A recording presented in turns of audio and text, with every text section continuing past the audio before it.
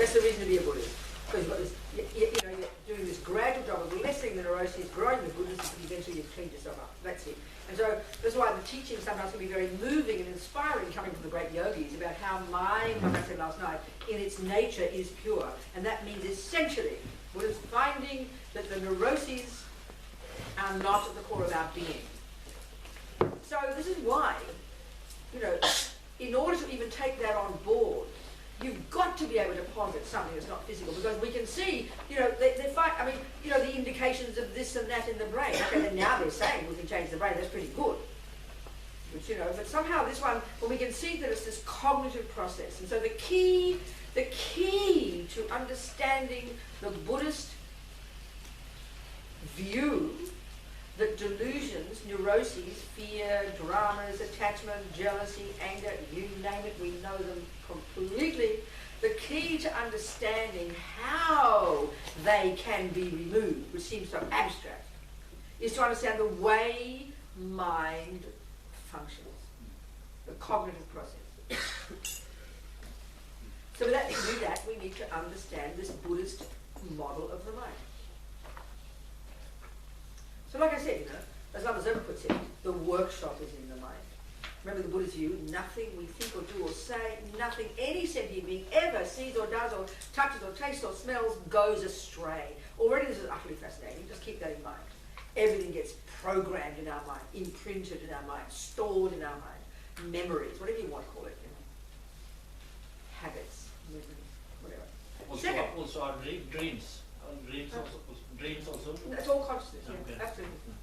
So the other thing, then the point here is that we have to understand the ways the mind works. So like I said, when you study the epistemological model in more depth, it's utterly fascinating. It's really abstract and fascinating. But in general there you learn there are two main ways our mind functions. Sensory consciousness, mental consciousness. That's it. Sensory consciousness, mental consciousness. So already, like I mentioned about the cup, the pretty cup. Remember? Yesterday, if you were here. This is already very telling, extremely helpful, pointing to the way the mind works. So, for example, this is extremely helpful in really understanding Buddhist psychology. Like I might say, what a pretty cup. I might look at, what's my boyfriend's name again? Patrick. Say, oh, Patrick is so divine. Patrick is so handsome. This stuff we so know. We know that our senses play a massive role in our lives. They run the show, basically. We judge everything in terms of whether it's a pleasant or an unpleasant sensory experience. I mean, look at us.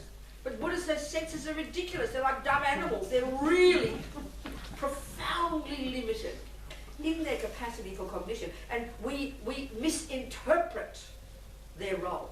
You'll see this right away. So if my eye consciousness goes here, and there's an object out there. So they talk about the mind subject, and then it cognizes. It always has an object, in the sense that as being whatever the mind cognizes. So here it's just an object of my eye consciousness. So I will say, what a pretty cup. Now, Buddhists say, don't be ridiculous. That is not an object of your eye consciousness. The object of eye consciousness is only two things. It's really limited.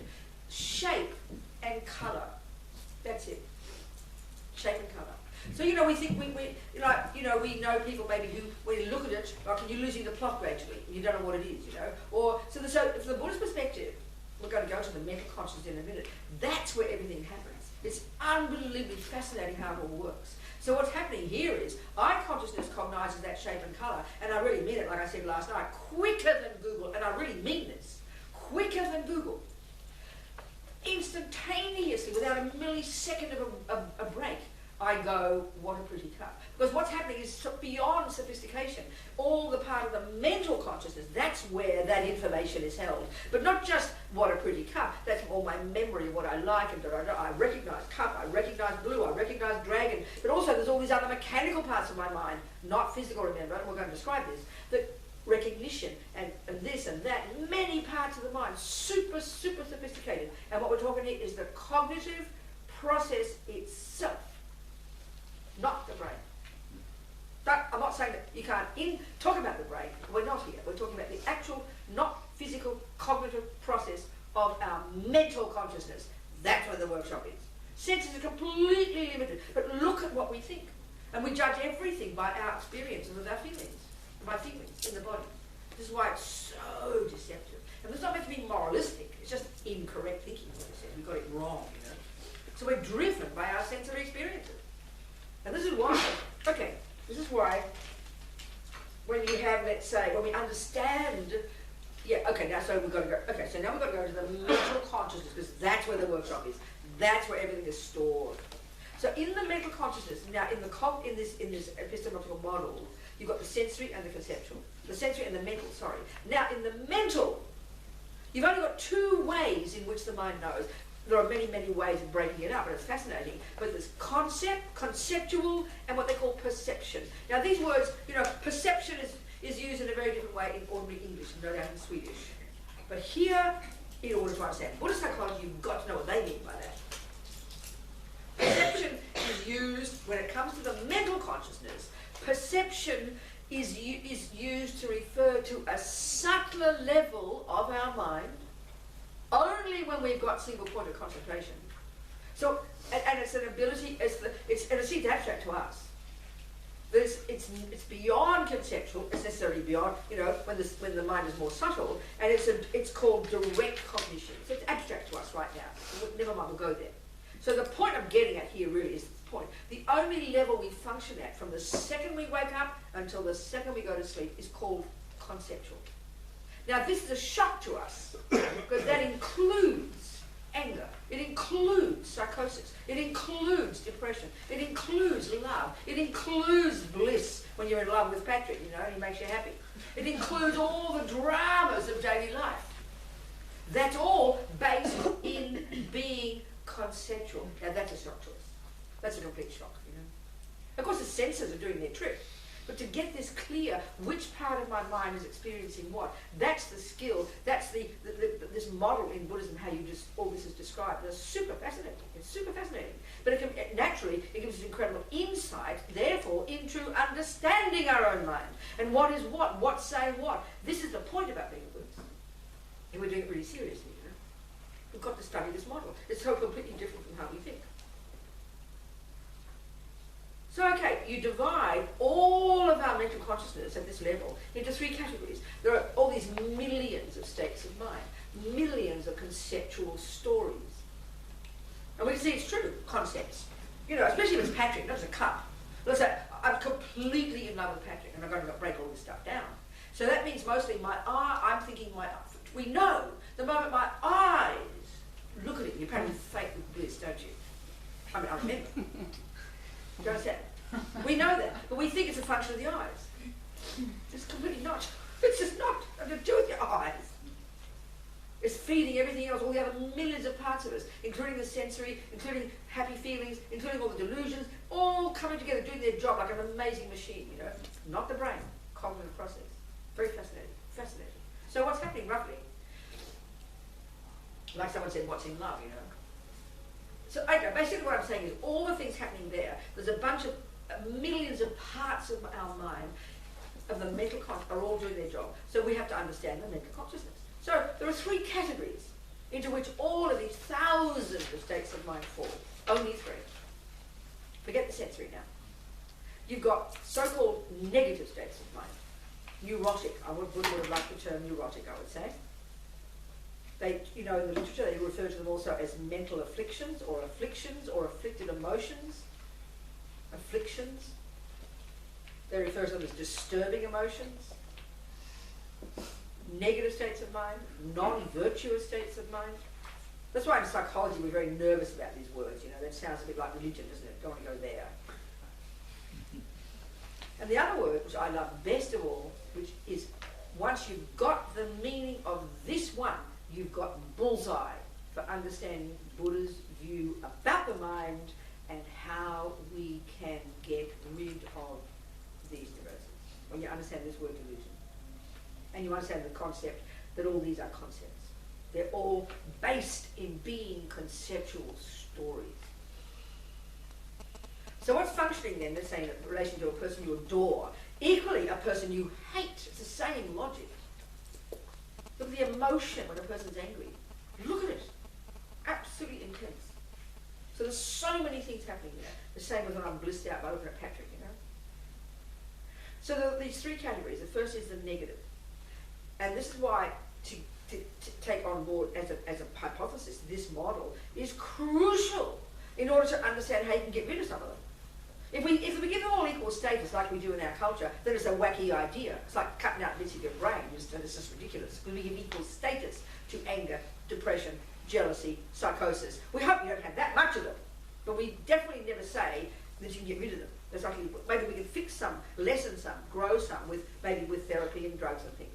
We can say that we know we can change, but not to the point that Buddha says. We can get rid of all of it. That's so extreme, so radical. Then you've got the second category. And these are called virtuous, positive, beneficial, useful, productive states of mind. We'll go into delusional in a minute, the key point. Now you've got this third category. And like I said, they're called neutral, which is misleading. That doesn't mean they're not important. Don't misunderstand it. These I like to call the mechanics of our mind. Keep remembering, not the brain. So, you know, I mentioned this. There's many of these working overtime, some of them always there, all working hand in hand to have any kind of cognitive experience. It's super sophisticated. And remember, this information comes from the great yogis in the depth of their meditation where they map the mind with this super clarity. That's how it's come from the Indians to the Buddha and still now to today. Every word I'm saying is tracking itself back in this model, you know, coming from the Indians into the Buddhists, the big monastic university system, right to the present.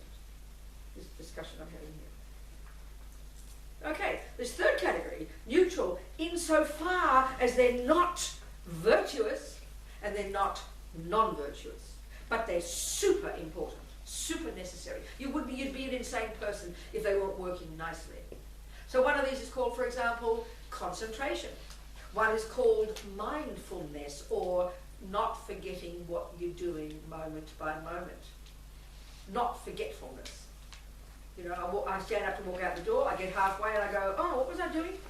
That's called, literally, one of these states of mind, it's called mindfulness. Obviously these days we give a lot more meaning to it. We add lots of bells and whistles to it and think of it as itself some kind of holy thing. It's not, technically. It's a part of this, the third category. You've got alertness. You've got many, many of these. You've got discrimination. So many when you study the Buddhist model. They're all necessary to function. Whether you're a sniper, a psychotic murderer, or a meditator. You've got to have good concentration. You've got to have good memory. You've got to have good alertness. You've got to have good discrimination. An eagle needs these. A lion needs these when she's ripping the guts out of the buffaloes for breakfast. So that's in that sense, they're not virtuous and they're not non-virtuous. And these are the two we really need to understand in order to know our own minds, to be our own therapists. And to do this job, once we've got meditation, and that's when the mechanical ones are trained to an incredible degree of subtlety and clarity and brilliance. That's why this little boy, 6, 3, 4, 2, however old he is, can be like he is right now. He's not lost the plot, you know. This little kid on the day check. Absolute clarity, clear mind, while the young monk in Courtin can just observe and retains it all, because the delusions are gone. And he's developed all the mechanical point, the concentration, the memory, all this to perfection, to levels we can't even conceive of. And then the virtuous ones, absolutely, the morality, they're gone, they're totally developed. You know? Okay. All of these are a function of mental consciousness, and they're functioning at this grosser level that we function day to day from the second we wake up until the second we go to sleep. You can say they're also functioning at a subtle level when we dream, but let's forget the dream, you know. And the point is, there's either two ways our mind functions, remember? Conception, perception. Perception's a word referring to a really subtle level, so forget that one day-to-day life, forget it. Just forget it, so everything is conceptual. Now that's a shock to us. Because when we think here is conceptual, and we think here is emotional, don't we? We talk about feelings, and we have this massive, massive, massive thing about feelings, which we think are mysterious. You know? So the way to say what a feeling is really not complicated. If Magnus is just starting learning the theories of music in his head, his mind, his mental knowledge, it's really hard. He can't remember anything, he's trying to remember what he's done, and he looks at the piano notes, he's so confused, and he struggles, so is that F, is that G, is that flat, is that minor? He hasn't got it all down in his head yet, has he? So you know, and he's trying to play that piece of, you know, little simple piece of bark. Well, think about it. It's only at a theoretical level for him, isn't it? So there's no feeling involved. He's not blissing out, is he? Because there's no experience yet. But look what happens when he's developed all this theory to such a point when you can now play bark perfectly. And this is a real good analogy, if you hear me through. So now that he's perfected the theory, the experience of it has gone beyond the theoretical. The theoretical is now completely spontaneous, isn't it? Would you agree? It's virtually instinct for him now, isn't it? Isn't it? But you know that it's instinctive, not because it's kind of come out of the blue like this, but it's because he's practiced it before. Can you hear that? Mm. Eventually it starts being in the beginning, it starts with theory, you struggle, but eventually it becomes instinctive. Look when you drive a car. It doesn't take as long as playing bark, I agree. You start the clutch, the brake, the steering wheel, what did I have to do next? I mean, before you know it, you've got it down. Before you know it, it's instinctive, and you can do your mobile, put your lipstick on, and talk a conversation simultaneously. Do you understand what I'm saying? So all our habits to do things well, whether it's kill, or lie, or play bark, this is the Buddhist point, if you take the continuity of consciousness coming from past lives, this is why, you know, whether you're 1 year old or 91, the habit to do something well is instinctive, isn't it? I mean, sorry, instinct is simply the habit of having done it that often that it's now spontaneous. And that's why you explain why when we come into this life, that things are instinctive. That's the Buddhist explanation. So some people just instinctively lie. Some kids, like, I've always used this story of a friend of mine, her little boy, 3 years old, he's taking the lice out of his head and he's crying with compassion. Mummy, leave them alone, it's their home, don't hurt them. Trying to find every way he can, to get her to stop hurting the lice. Now, she hadn't had time to teach him this. So we'd go, because, you know, if we assume that he comes from, you know, mummy's womb, then we don't know why this is. She hasn't taught him. We're just confused, you know. We don't know why a 3-year-old little girl can play bark. We don't know why this little day1 bloom can tell us all about thunderstorms, you know, in an articulate scientific mind. And equally, we don't know why some psycho kid wants to harm and hurt people.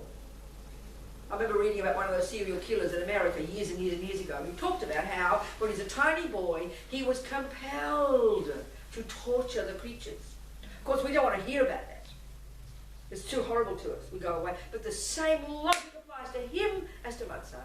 He came into this life programmed with a bunch of habits from having done that kind of thing so often that now it's instinct. So can we hear that? It's a process, in other words. So we can see it with Magnus in this life. He began by learning the theory, and eventually it becomes instinctive. So now it's automatic, and now real feeling can come, can't it? Can you hear what I'm saying? So this little poor guy who tortures creatures, he hear the same thing. For him it was spontaneous, Mummy didn't teach him, and it was just intense, and I'll explain why in a minute. This is why we have to understand the mind, why we have to understand attachment, and why we have to understand these other parts of our mind, and I'll explain. So what I'm getting at in general is, you can say that the feeling that Magnus is experiencing in his body as well as in his mind and his heart and his soul, whatever you want to call it, is underpinned by his conceptual knowledge about music. Would you accept that? The conceptual is no longer functioning because it's now become spontaneous experience, hasn't it? You can get that, can't you? So it started with conceptual. It's not mysterious. He didn't just put his hands on the piano and poured out Bach. And if he did, we can still deduce that it was from past practice, like I said, the 3-year-olds. That's the Buddhist explanation of it. It's not just mysterious. So everything starts with conceptual. And then eventually it becomes spontaneous. And that's why we get born in this life with, like, whether you're a monkey, there's a certain kind of monkeys or chimpanzees, I can't remember which, who are especially attached to sex.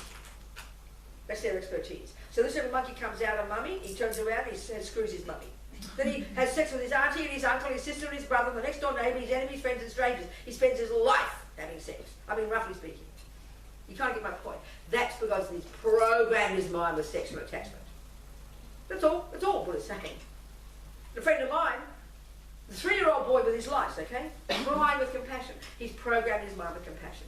He's 40-something now, he's never killed a living being. Which means we can say, deduce, he's programmed his mind, starting with the effort to not kill, and now it's spontaneous, like Magnus's bark. And then it becomes genuine feeling, tears coming out of compassion. Are you kind of communicating with me?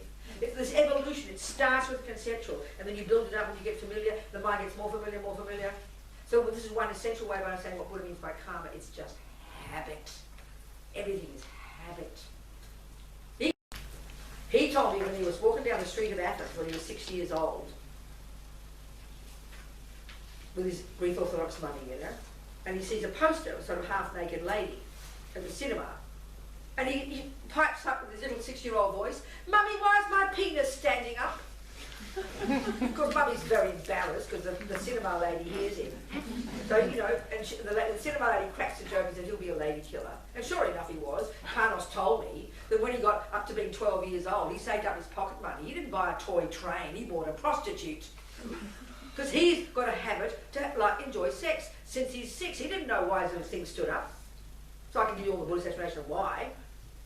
I will. It's not complicated. It's about the body and the mind, the interaction of it, you know. But it comes from the mind.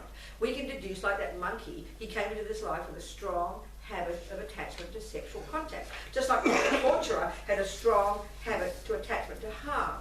You have a strong habit to play piano. You have a strong habit to not hurt lice. Whatever it is, whether it's virtuous or non-virtuous, if it comes spontaneous, it's a habit. But it starts with the concept.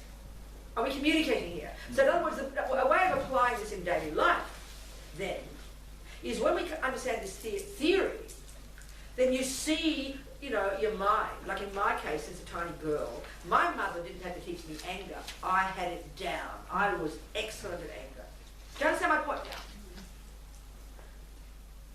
now? In other words, it was utterly spontaneous.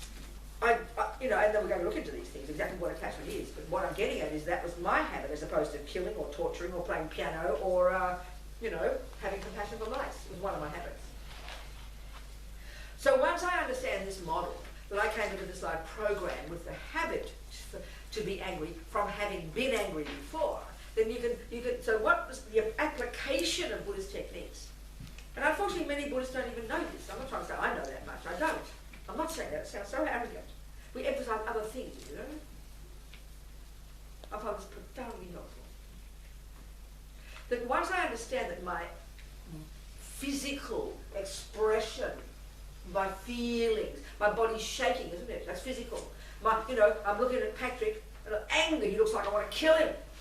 Isn't it? Because he did the wrong thing, what to say, you know. I'm a big girl, not a little girl.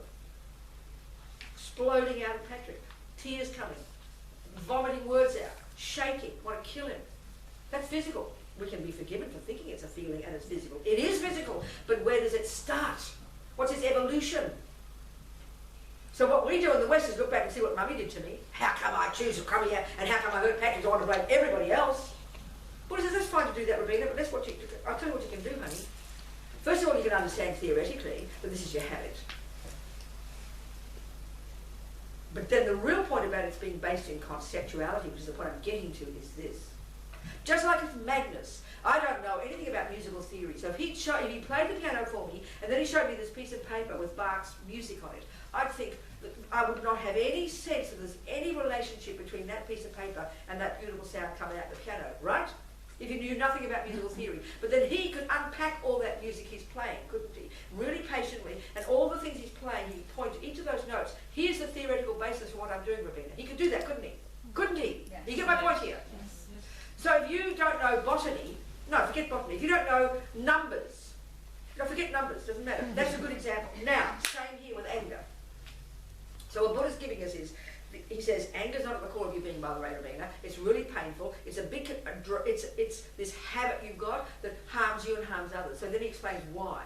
Well, you must have practiced it before, honey, and way back.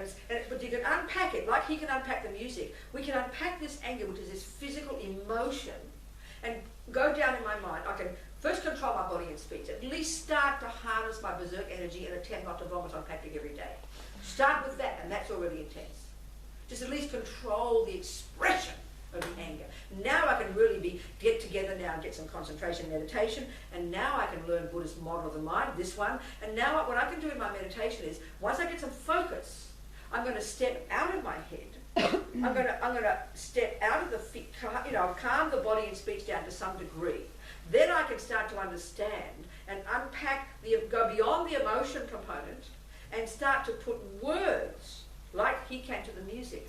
And I'll say, what is anger? And anger is an elaborate conceptual story. So all I said, like I said last night, Get past the shouting and the yelling and the spit coming out and the tears and the fists. Get beyond the feeling part, the physical. That's just the physical. Right, you know, if you just simply, you know, if you out of kindness transcribe my angry fit, and then you gave it to me, what would I be seeing? An elaborate conceptual story in words on a piece of paper. Can you agree with that? Well, are they not thoughts? Is not that music thoughts? He's perfected those thoughts, and now it's become spontaneous. I've perfected those thoughts, and now it's become spontaneous. That's the feeling level. So you've got to go beyond the feeling, below, go unpack and unravel, and you can listen eventually to the actual thoughts that are informing my emotion. And that's where you change your mind, at the thought level. You've got to control the body and speech first. That's the violent external level. You harness that. You get some concentration, and then you can go deep into your own mind with some focus and step out, and you begin to listen to the chaos of these thousands of conceptual thoughts and start to make sense of them all. Are we communicating here? Buddha's a concept, he's a cognitive therapist, but a really sophisticated one. That all the expressions of my emotions, all my love, all my compassion, all my kindness, all my anger, all my jealousy, all my psychosis, they all are expressions through the body and speech of my conceptual stories. And that's the level we have to get to. So not go back into the past and see who did something to me. Go down into your own mind and listen. Hear ever more clearly, ever more clearly, ever more clearly with concentration and meditation, ever more clearly the conceptual stories that are raging on all day in what we call unconscious. But they've got to become conscious with us by awareness. Are we communicating in general? Yes. So they're all based in being conceptual. The expression of them is utterly sensory, utterly physical, utterly emotional, but that's the tip of the iceberg. That's just the tip of the iceberg. We've got to unpack, unravel, and that's the job, better and better, day-to-day life. Before you even get that much concentration, we can do this job every single day. So you learn, you practice the habit of paying attention to your thoughts, beneath the feelings. So of course it takes an enormous amount of time. And depending on how strong your feelings are, how strong the habits are, that's how hard it is. If your habits aren't that strong, you're ahead of the game, baby. Are we communicating? So this is conceptual. Thought comes down to conceptual. And that's the key thing, you know, why when I go from what a pretty cup, it's a conceptual story. It's a conceptual story. And our mind is full of these elaborate conceptual stories. Now the point is this, the negative ones, the positive ones are also conceptual. So if like the boy with compassion, he had trained his mind in empathy. From past life, he had trained his mind in non-killing. There was never been a thought, he's 40-something more now, never even arisen in his mind the thought to kill, because he's programmed his mind with living in vows of non-killing. So it comes into this life, like the person who's playing Mozart, spontaneous. The little monkey can have sex, spontaneous. Panos, his little thing stand up, spontaneous, because he practiced it. So then we anyway, you get the idea. So the trouble with our view is mummy made me this way. You can't blame God. You know, we don't want to do that. Well, unless you're Italian, you do. Apparently I've heard Italians are the worst. They love to blame God. But, you know, I never blame. I was a Catholic, we never blamed God. But we love to blame our mummy and daddy in the external world. And I mean, that's true. And even including for my happiness. Why are you sad, Robina? Oh, Patrick's mean to me. Why are you happy, Robina? Oh, Patrick loves me. So we blame him for making us miserable, but we blame him for making us happy as well. Because that's our philosophical model. I'm this handiwork of someone else and I didn't ask to get born in. It ain't my fault, baby. I mean, Lama Yeshe would call ego self-pity me. It sounds so cruel.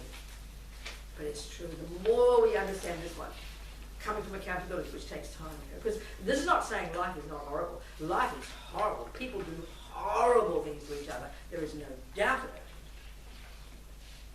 We can describe it, can't we? And why people do good things as well.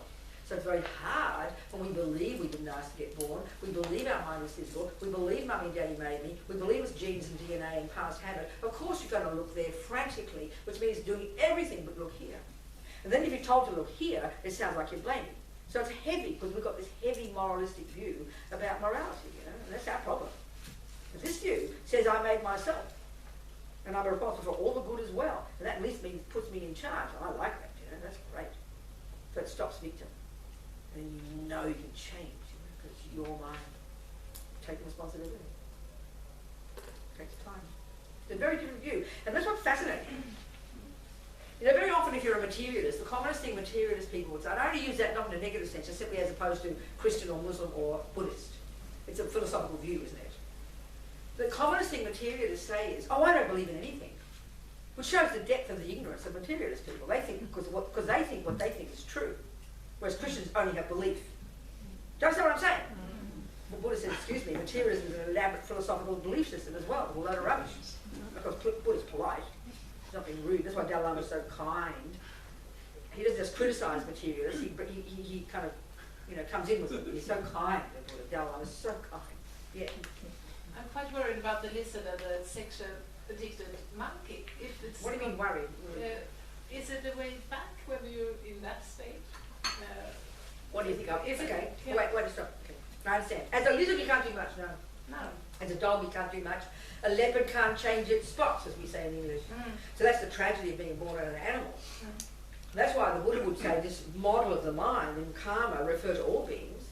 That's why the Buddhists would say human isn't so fancy. I mean, look, we make rubbish humans. But it's at least, if we're fortunate, we're born from our habits to have access to our virtue and intelligence, and that's our saving grace. Poor lizards can't access that part of their minds. Dogs, lions, monkeys, most sentient, and even most humans, always act as if we have no choice, you know, because we don't know our minds. So it's true. So it's no way back. No, it's not no way back. No, not like that. As a lizard, you can't do much. But because of karma, which we're going to talk about more, obviously, karma's habits, like the propulsion of habit. So eventually another way of talking about karma is it's like put everything we think and do and say, put seeds. I like to talk about our bank vaults, okay? Buddhism talk about bank vaults. So we're carrying around these 4 bank vaults. One lot of bank vaults is seeds from certain actions we do that will produce types of rebirth. Another bank vault is the seeds that produce our habits. Another one is the seeds that will produce our experiences at the hands of others. And another bank vault is our environmental. So the 4 ways that our past actions ripen. In our case, morality karmic seed was triggered in our bank vault. That gives us a human birth. But then look at our habits in a human birth. Some of us have terrible habits. Killing, lying, stealing. Do you understand? Some have good habits, like we've been saying. So that's another bank vault. So eventually those seeds run out. It's very dynamic. It's cause and effect. Things run out. It's not forever. So as a lizard, and so a dog or whatever, on the one hand, you've got the lizard birth from past karma. You've got the habits of a lizard from past karma. You've got the experiences of a lizard from past karma, and you have the environment of a lizard from past karma. So eventually that'll wear out. But the tragedy is while you're a lizard, you keep creating more. But eventually the karma you're experiencing will run out. And one day you'll get a human life again because you're carrying lots of good seeds around as well. But it's like hard to get it because you can't consciously do it. But eventually the lizard karma, dog karma will run out, and then one day, particularly good rebirth. That's why death is so important, to help your animals die well. You can help trigger a virtuous karmic seed. But it's not that easy. So I'll explain. It's actually very depressing in a way. It's not that easy, but it's possible. So one example here. Okay, a scenario to help us understand. This gets us now into more detail about the different parts of our mind that all play a role and why we're so driven by this, by these delusions inside us and believing in our feelings without questioning them, So okay, all right. There's another example I always use about karma, a rebirth. Particularly another little boy, son of a friend of mine, who, as opposed to the little boy who had compassion for the lice, when he first saw fishing, kind of like fell in love with fishing. And he spent his life being a fisherman. So what I'm trying to explain here is how karma, like I've been doing a little bit, karma and the mind work together. So we can deduce with the little boy with the lice, at the time of his past death, a very strong, virtuous karmic seed in his main bank vault was triggered, which programmed him to go to his mummy's human womb. Do you understand? The second bank vault is all his tendencies. So they happen to be mostly virtuous. I mean, he probably has some delusions as well. But from his strong habit of practice of not killing, he gets reborn as a human. But then the second one, he gets born with a habit not to kill. And that's the crucial one. The third type of karma is the experiences, how you're seen and treated by others. And that, and in his case, quite good. But the crucial, and the fourth one is environmental, but the crucial one I'm talking about is the habit.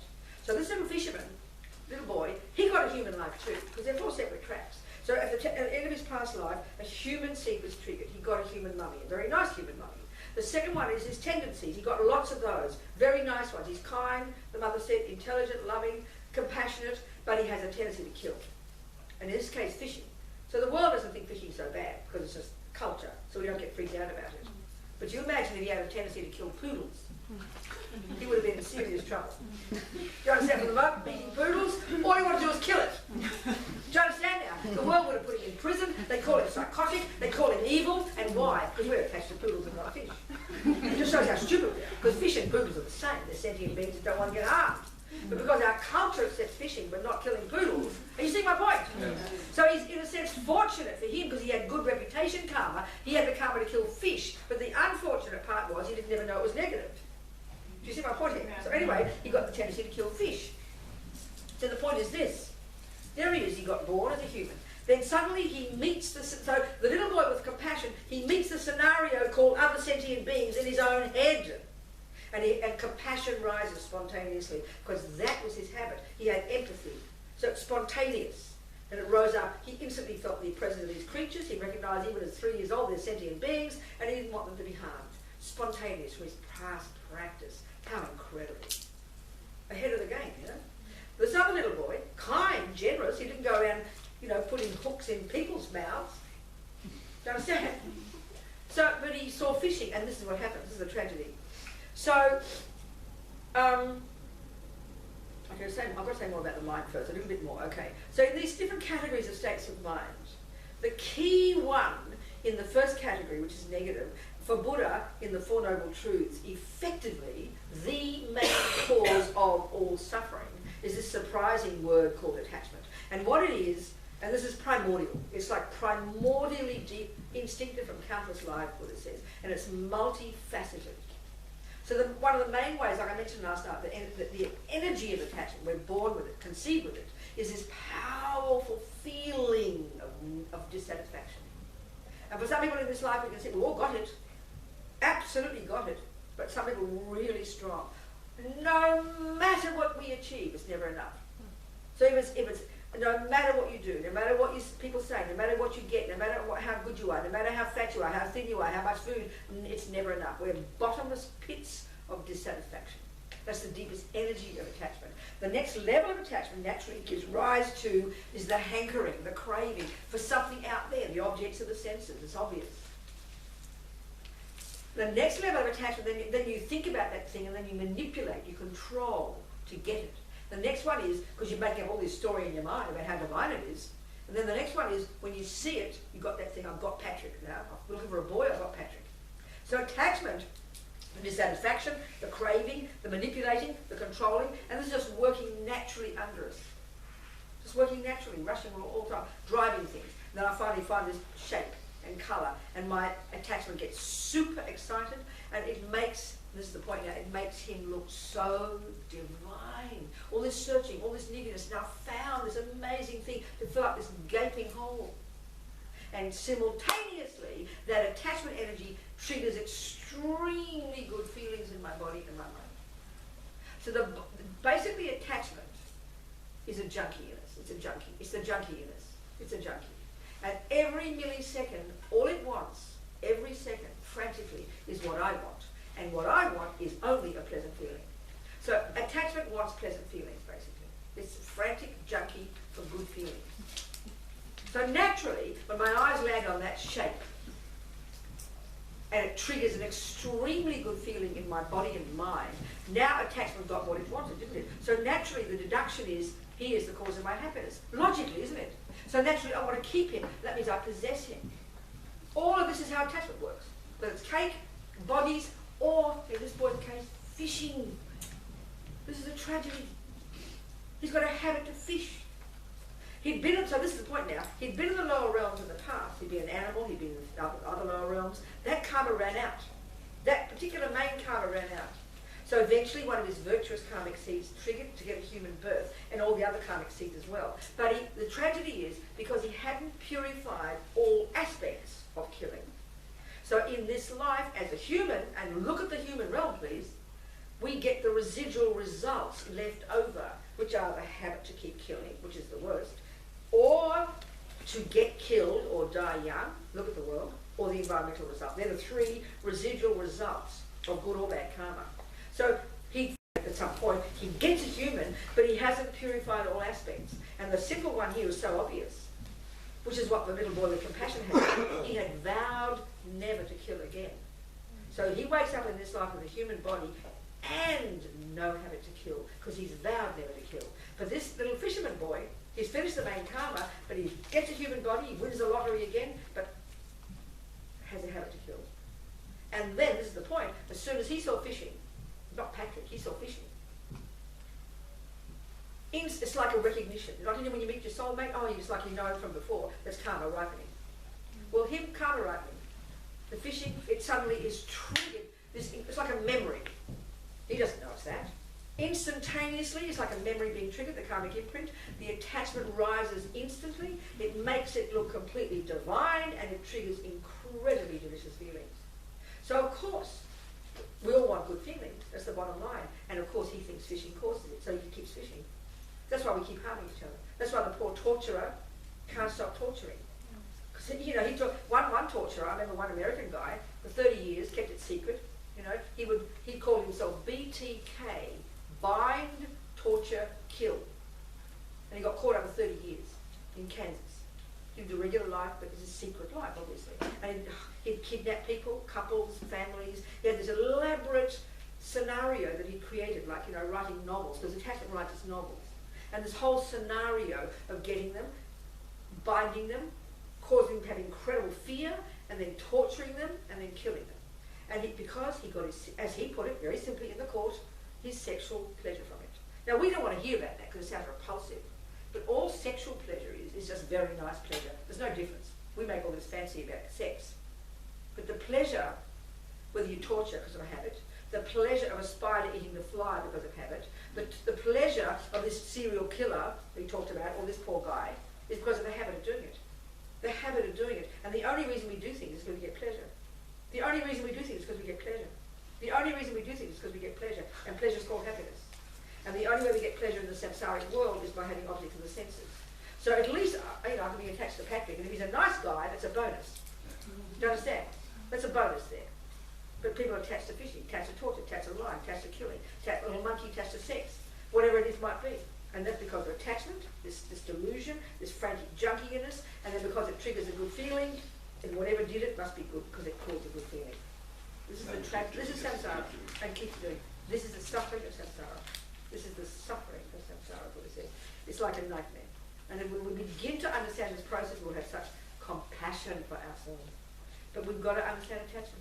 And we don't even have such a we don't even I even remember recently, and never mind, that doesn't matter, forget it. Are we communicating here? Yes. This is a little bit of detail, not even that much, a little bit, and this is so helpful to understand the workings of it and why we fall into this trap. So at least we can be grateful we've got attached to food or something. I mean, how pathetic can you get, you know? Look at us with our food.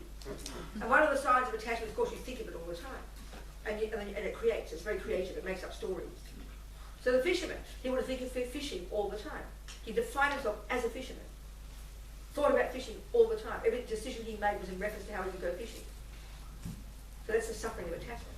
The poor torturer, because he's called evil, but the fisherman's called nice, because that's our culture, you see. Or like a Filipinos kill dogs. I don't know about here, but in America you get hanged if you kill a dog, you know, eat it. That's sad. So it's all culture, you know, it's so pathetic. We buy into our own rubbish. Attachment is the biggest stinkiness lie, you know, that drives. And we are born in this body of a junkie.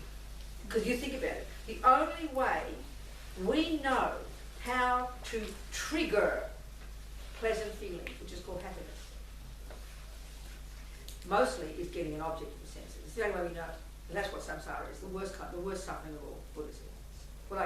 We're like junkies with attachment, which is junkie, in the body of a junkie, living in a world constructed of heroin.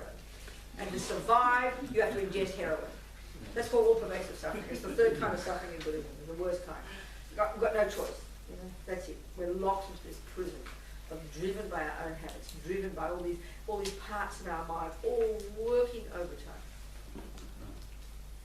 And that's why you need to renounce Is that the renunciation to also? Giving up attachment is renunciation, not giving up sex, drugs, and rock and roll.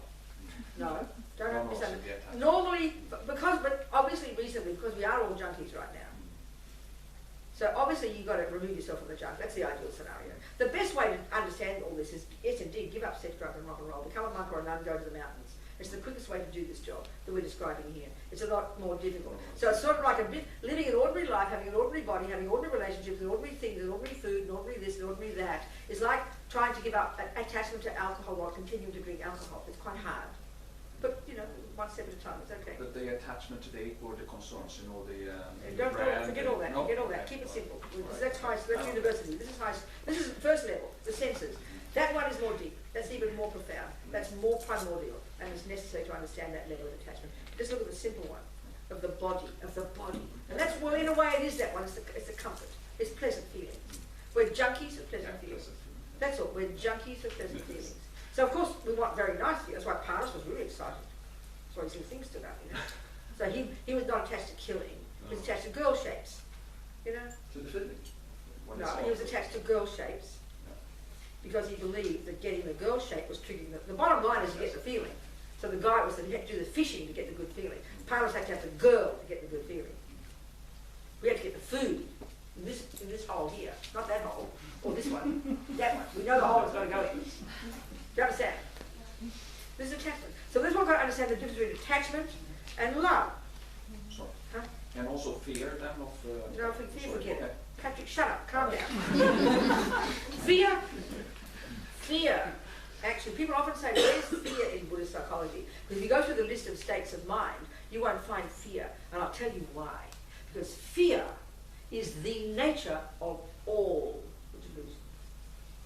They talk about the fears of samsara as Buddhist view, Buddhist term.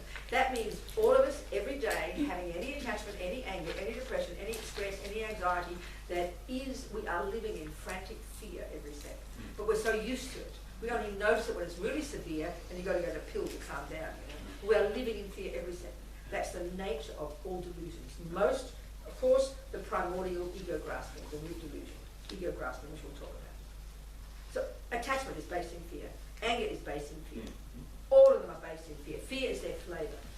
So when you realise emptiness and cut the delusions, as Lama Zopa says, there is no fear. And that, equally in our culture, is inconceivable. That sounds demented, but that's Buddhist point. That's Buddhist point. So as Lama Zopa says, you know, when we have got renunciation, which is like junior school, I like, you know, the Lamrim is lower scope, middle scope, great scope. I like junior school, high school, university. And then Tantra is postgraduate. We're discussing junior school and high school here. Junior school is control your body and speech, abide by the laws of karma, don't kill, don't lie, don't steal, back off, don't put 14 pieces of cake in your mouth, don't jump on too many girls, you know. Control your body and speech. High school is be your own therapist.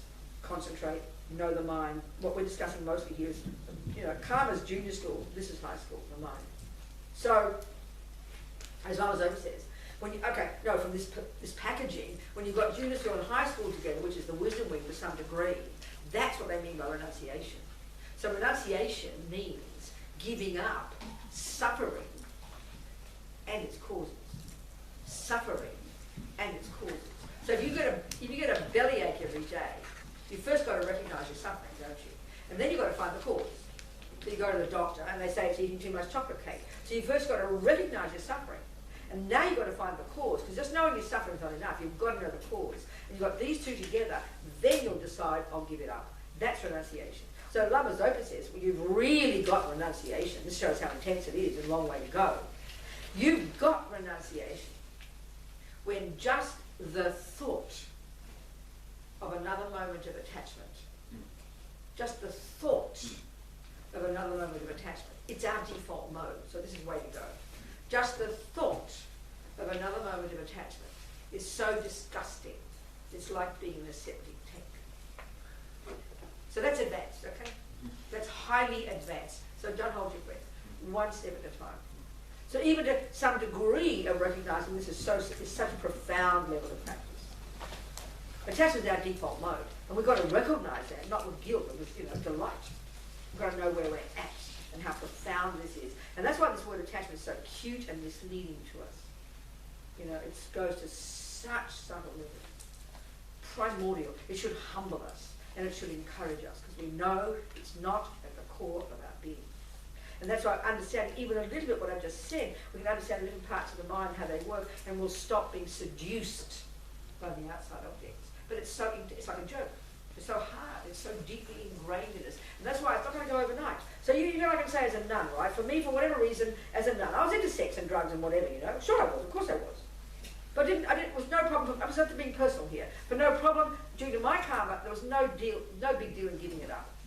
Because I happen to never want babies. The thought of living with a person was like putting me in prison. So I never wanted that. I never wanted what's called security. I never wanted that.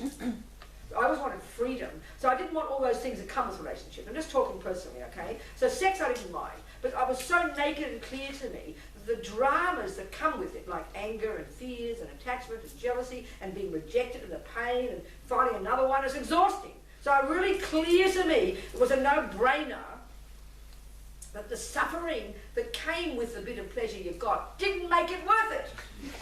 I'm being very practical here. I'm not being negative or being mean to you if you've got a partner. I'm just telling you my mind, okay? My attachment works in other ways, believe me. But what I'm getting at is this. So there's never been a problem giving up bodies and houses and babies, you know? That's no big deal. It's not being noble. It's just my habit. Karma, right? But food seduces me every time. I'm so attached to food. And this is where you really get very accepting because you know these habits die hard. So I'd find it a struggle if I had to think of boys all day. I'd be exhausted. One of my friends, a Swiss boy, he never thought about girls very much, and then he became a monk. From that second, he became obsessed with sex. He completely went crazy. And then he stopped being a monk and he stopped thinking about sex. You know? Do you understand? So you've got to know your own mind. So for me, food, I'm just telling you, it's very simple. Food is an old habit. It's going to die hard, you know. I get seduced by a biscuit and a cake every time, but I don't get seduced by boys anymore. I know I've done the work and I don't care. They're not going to seduce me anymore. You get my point? You're not caught up in the drama of the story, you know. Ooh, how exciting. Not that, no way. Cake, chocolates, every time. You can't hear my point. So once you know what your attachments are, then you learn to be skillful and you just accept that they're still there. You don't freak out and you're still attached to food. It's going to be, but every time you practice and this is the first step, you stop believing in the story. That's the first step. You being intellectual, stop believing. You say, shut up, Robina. You know the cake won't make you happy. You know it, and you argue with it. Then you try to offer the cake first, see it as empty, and then you shove it in, you know? At least you create some virtue beforehand. But you're working on your mind. That's why we've got to be very patient to learn to live with all our rubbish habits, because they're not going to go overnight.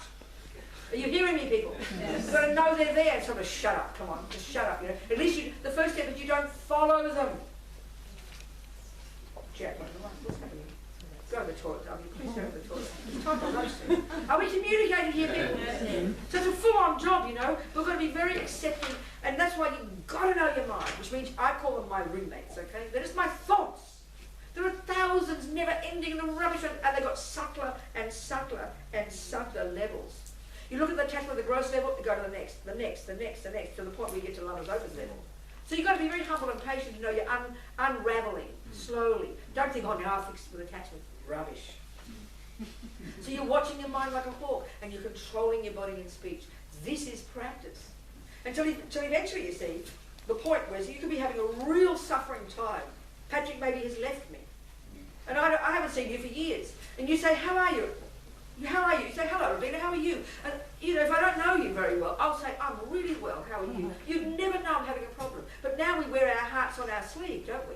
Everything comes vomiting out our mouths because we don't know how to work on our minds or our feelings because we don't understand them that well. Do you understand what I'm saying? And we're terrified of it. That's why often one of the worst misunderstandings about meditation is it's like an alternative to a pill. It'll make all the pain go away. This is the wrong view, I tell you. You actually should be glad to hear all the shitty parts of your mind. As a friend of mine who's a therapist and a Buddhist, she said, doing this work is having your hands in your own shit. So as opposed to wishing it would all go away, you want to see your mind. You want to hear the garbage thoughts. Oh wow, another level of attachment. Great. Why? Because you now know what you've got to work on. But we have so much fear, we can't stand hearing all the unhappiness. It's like, and that's attachment. Attachment is a junkie that only wants nice feelings. So when our mind is full of depression and anger, our attachment can't stand it. We've got to be brave to accept it. And that's half the battle, I promise you. If we can start to really hear our own thoughts and not believe that they're a core of my being, not be afraid of them, that's when the big shift changes. That's when the big shift happens. You learn to accept them and you don't pay it. It's like you literally are living in a house full of crazy roommates. But suddenly you stop criticizing them, you stop being angry with them, you stop wishing they weren't there, you learn to live with them. And therefore they become calmer and you grow your virtue as roommates. That's practice. It's full on you. Are we communicating? Yes. But how do you differ between like exhausting karma, like karma running out, and creating karma? Every millisecond you are experiencing something, you're finishing that karma. But the trouble is with samsara. So if you punch me in the nose, that is the ripening of my karma. So if I'm really practicing, by accepting it, I just finish it. But what happens is, I'll punch you right back. So by having a punch, I just finish that one, but I immediately sow another seed, and that's how we keep samsara going, until we realize emptiness. Mm-hmm. So that's why we've got to recognize, every time something bad happens, we just finish that karma. Fantastic. And every time something good happens, we also finish that one. We better quickly create another one, so we don't run out of, our petrol tank doesn't run out. So every second you're finishing karma, but we're immediately sowing more. And that's the rat race one. Okay, so it's like if you live in an environment or something happened to you, like some Yeah, external. that's right. That's the ending of the karma. Because every millisecond of the tendencies in our mind, they're the fruit of past actions. Every millisecond of what people do, how you're seen and treated by others, that's called experiences. We're going to go into this in more detail. The experiences similar to the cause. And we're all very social beings, aren't we? We all interact with sentient beings. And that includes the rats and the cockroaches, not just the humans. So however we're seen and treated by others. And then the next one is environmental, the way the environment impacts upon you. All of these, the main cause, your past action. So every moment of an experience, you see a sunset. That's the fruit of virtue, that you see the elements looking, it triggers a pleasant feeling in your mind. That's the fruit of virtue. So what we do is we greedily grasp at it more and want more. Whereas if you think, wow, that's the fruit of my virtue. Wow, fantastic. I better create more virtue here. Every time someone punches you in the nose, it's the end of that's a result of my non-virtue. What a drag. Now I'm finished and I'm happy. I mean, even I remember doing a talk years ago in Miami, and the topic was why do bad things happen to good people. It was me, a Lutheran, a Catholic, and a rabbi. Well, it was easy for me. I went blah blah about karma, But the Catholic and the Lutheran, I don't remember what they said. It was quite complex. But the rabbi clapped. He said, "Oh, we got the same view." He was a Kabbalah rabbi, and he said he cracked jokes about Hitler. And I don't hear Jews crack jokes about Hitler. Any Jews in this room here, okay? He was cracking jokes about Hitler. He's from Israel, and he has the same view. He said, "We have a saying: every time something bad happens, we go, great, one less debt to repay." Now, recently in India, I met what do the Jews say when you're practicing? What do you call it? Observant. He was an observant Jew. And he came to the course, he was very interested, he was a doctor, and he was a proper practicing Jew. But he invited me to come and give a talk when I go there, like next year or something. But the point is, he heard about how the Kabbalah said that there is reincarnation, and he got interested, and he said he started to look into even the normal teachings in Judaism. He said it's also there too. So there's kind of not many people know about it. It's very interesting, The Jews talk about reincarnation. But so I wanted the Christians to do at some point as well. Anyway, it's, when you have the view that whatever you experience is the fruit of your past actions. Okay, I think we should go to karma a bit now. What time's lunch? 1 o'clock? You got 20 more minutes, you're okay? Or you want to have lunch now? 20 more minutes, all right? Yeah. Okay. Okay, good. So now, here we've got this continuity of consciousness, this mind, that has this marvellous potential to be free of all delusions, all rubbish. It's got the potential to be in the nature of bliss and clarity and virtue and ending more suffering. That's our potential. First one, wisdom wing. You add the compassion wing to it, you become a Buddha and you can help others. But the potential from the point of view of the mind itself, in its nature is pure, clear, blissful, vast, not physical, and can be completely depolluted. Okay. So we then have to look, well, what is it that causes the pollution? What is it that causes the problems? Well, that's what the mind does every day, and that's called creating karma. That's how they call it. Because every millisecond our mind is doing something, is it not, Every millisecond. So every millisecond. But first of all, we've got to understand the model of the mind, which interprets our experiences and the nuts and bolts of how karma arrives, and all this, that's in the model of the mind, but also in general how karma works. So basically every millisecond of what we think and do and say is programming or sowing seeds and putting seeds into these 4 different bank vaults. It's highly sophisticated. No one's running it. And we're not conscious of it. It's all just happening naturally. You know, it's not got to learn the law. It's like flowers grow. Weed botany. Well, here this is Buddhist botany. Learning this understanding the process. Okay, so we can be in charge of it. So, but everything we think and do and say sows these seeds. And these seeds are naturally bopping away, getting, being dynamic, and the energy will expand and eventually will ripen as a type of rebirth, a tendency, an experience, and an environmental result. These are the 4 ways our past, our karma created now will ripen in the future. Now, equally, let's look at our life right now. We divide it into these 4 categories. We will all see, we all live in a certain kind of environment. Environment, it doesn't just mean the moon and the stars. It means houses. You could be in an environment where you've got rats everywhere. That's part of your environmental karma. Now, if the rats get too personal and start shitting in your drawer, that's called experiences similar to the cause, which is how you're treated by other sentient beings. So, as we look into our lives, we've got environmental. The moon, the stars, the weather, the food, peaceful, ugly, violent, war zone. Do you understand what I'm saying? Environmental. And that's kind of out there, more distant. Then you've got, that's my way of saying, closer to home, is all the way that other sentient beings affect us, see us, treat us. And if you want to think about it real simple, we've got some sentient beings in our life who are nice to us, and some sentient beings who aren't. And it's a variation of these 2. The 3rd category of sentient beings, of course, are all the others who are the strangers who do neither. But if you think about it, on our personal level, we've got beings starting with our mummy and daddy who are mean to us, who are kind to us. That's it. And we've got, this is personal karma. Karma's very personal. We've got history with each other, countless. So it's not random. It can't be random. But it's a natural law, what it is. So every sentient being we meet, starting with our mummy, our daddy, our auntie, our uncle, our next door neighbour, whether they love us, hate us, give us things, or rape us, whatever, we've got history with that person. History with that person. Personal, experiences similar to the cause. Then you've got the tendencies in your own mind.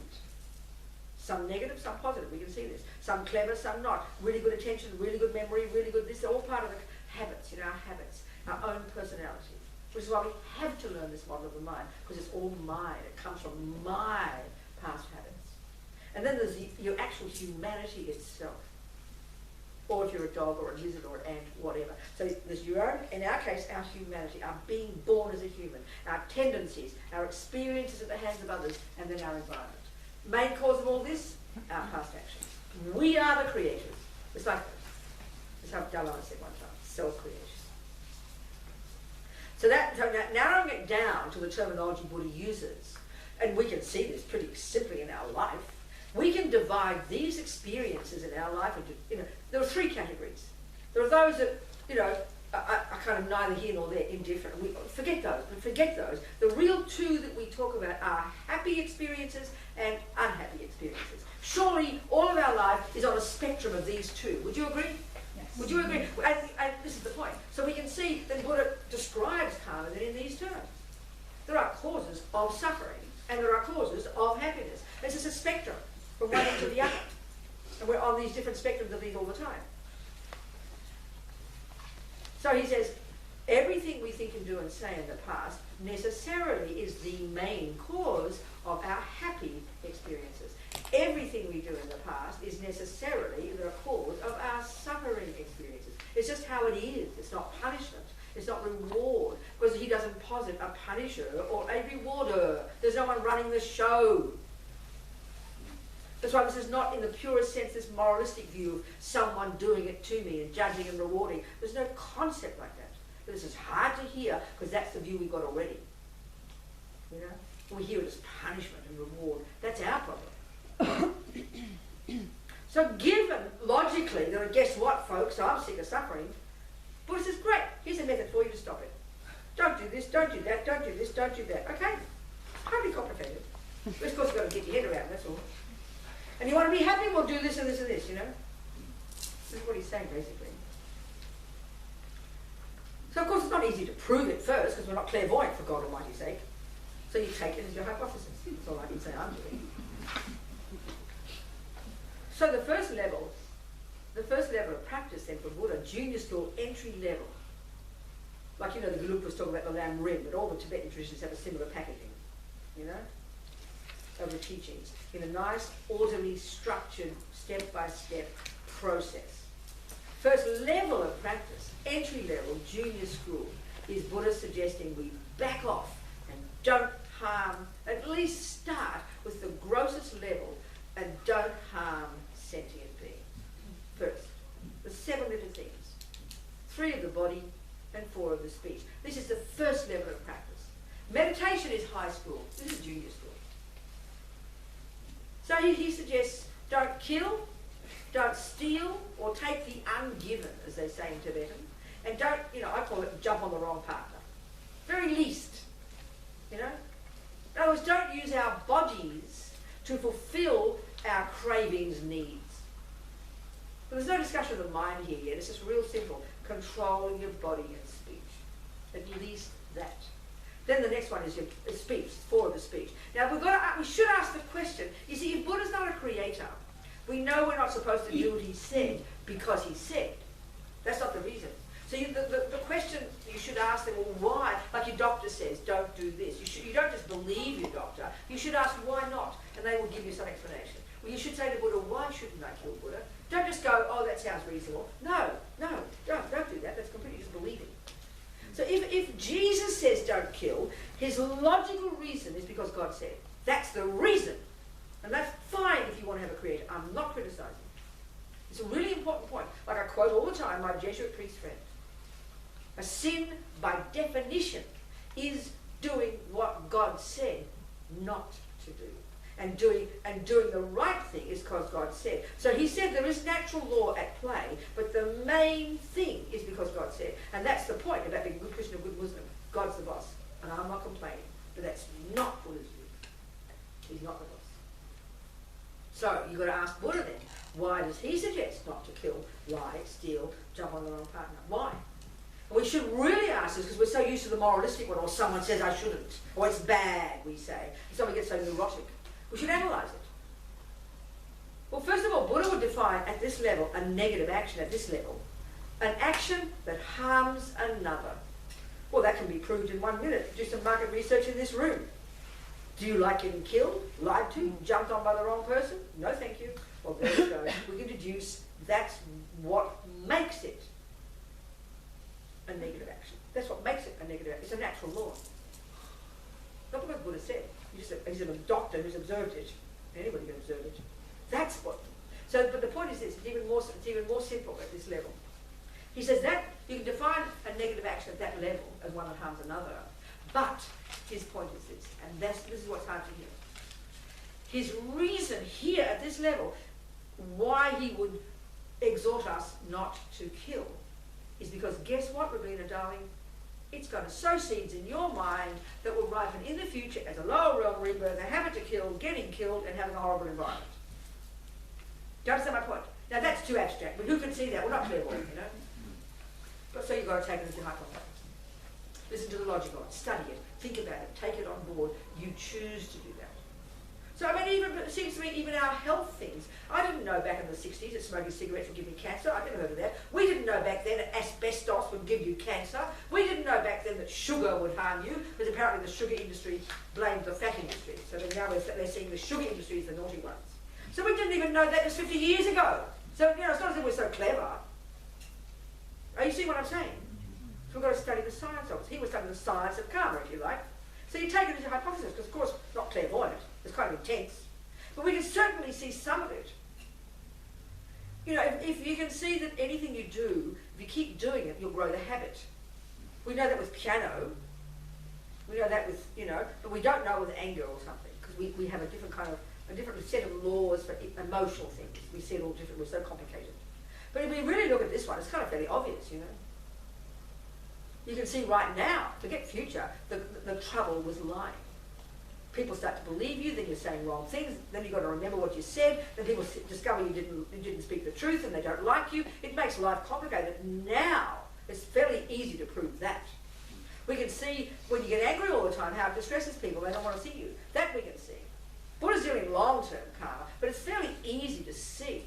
But the trouble is with this, you've got to own responsibility for it, and we don't like to do that. We'd rather blame everybody else, you know. In fact, as Namazopa says, this is pretty shocking. I think it's true. Look at it. The vast majority of human beings on this planet have absolutely no idea that what goes on in the mind plays any role at all in their life.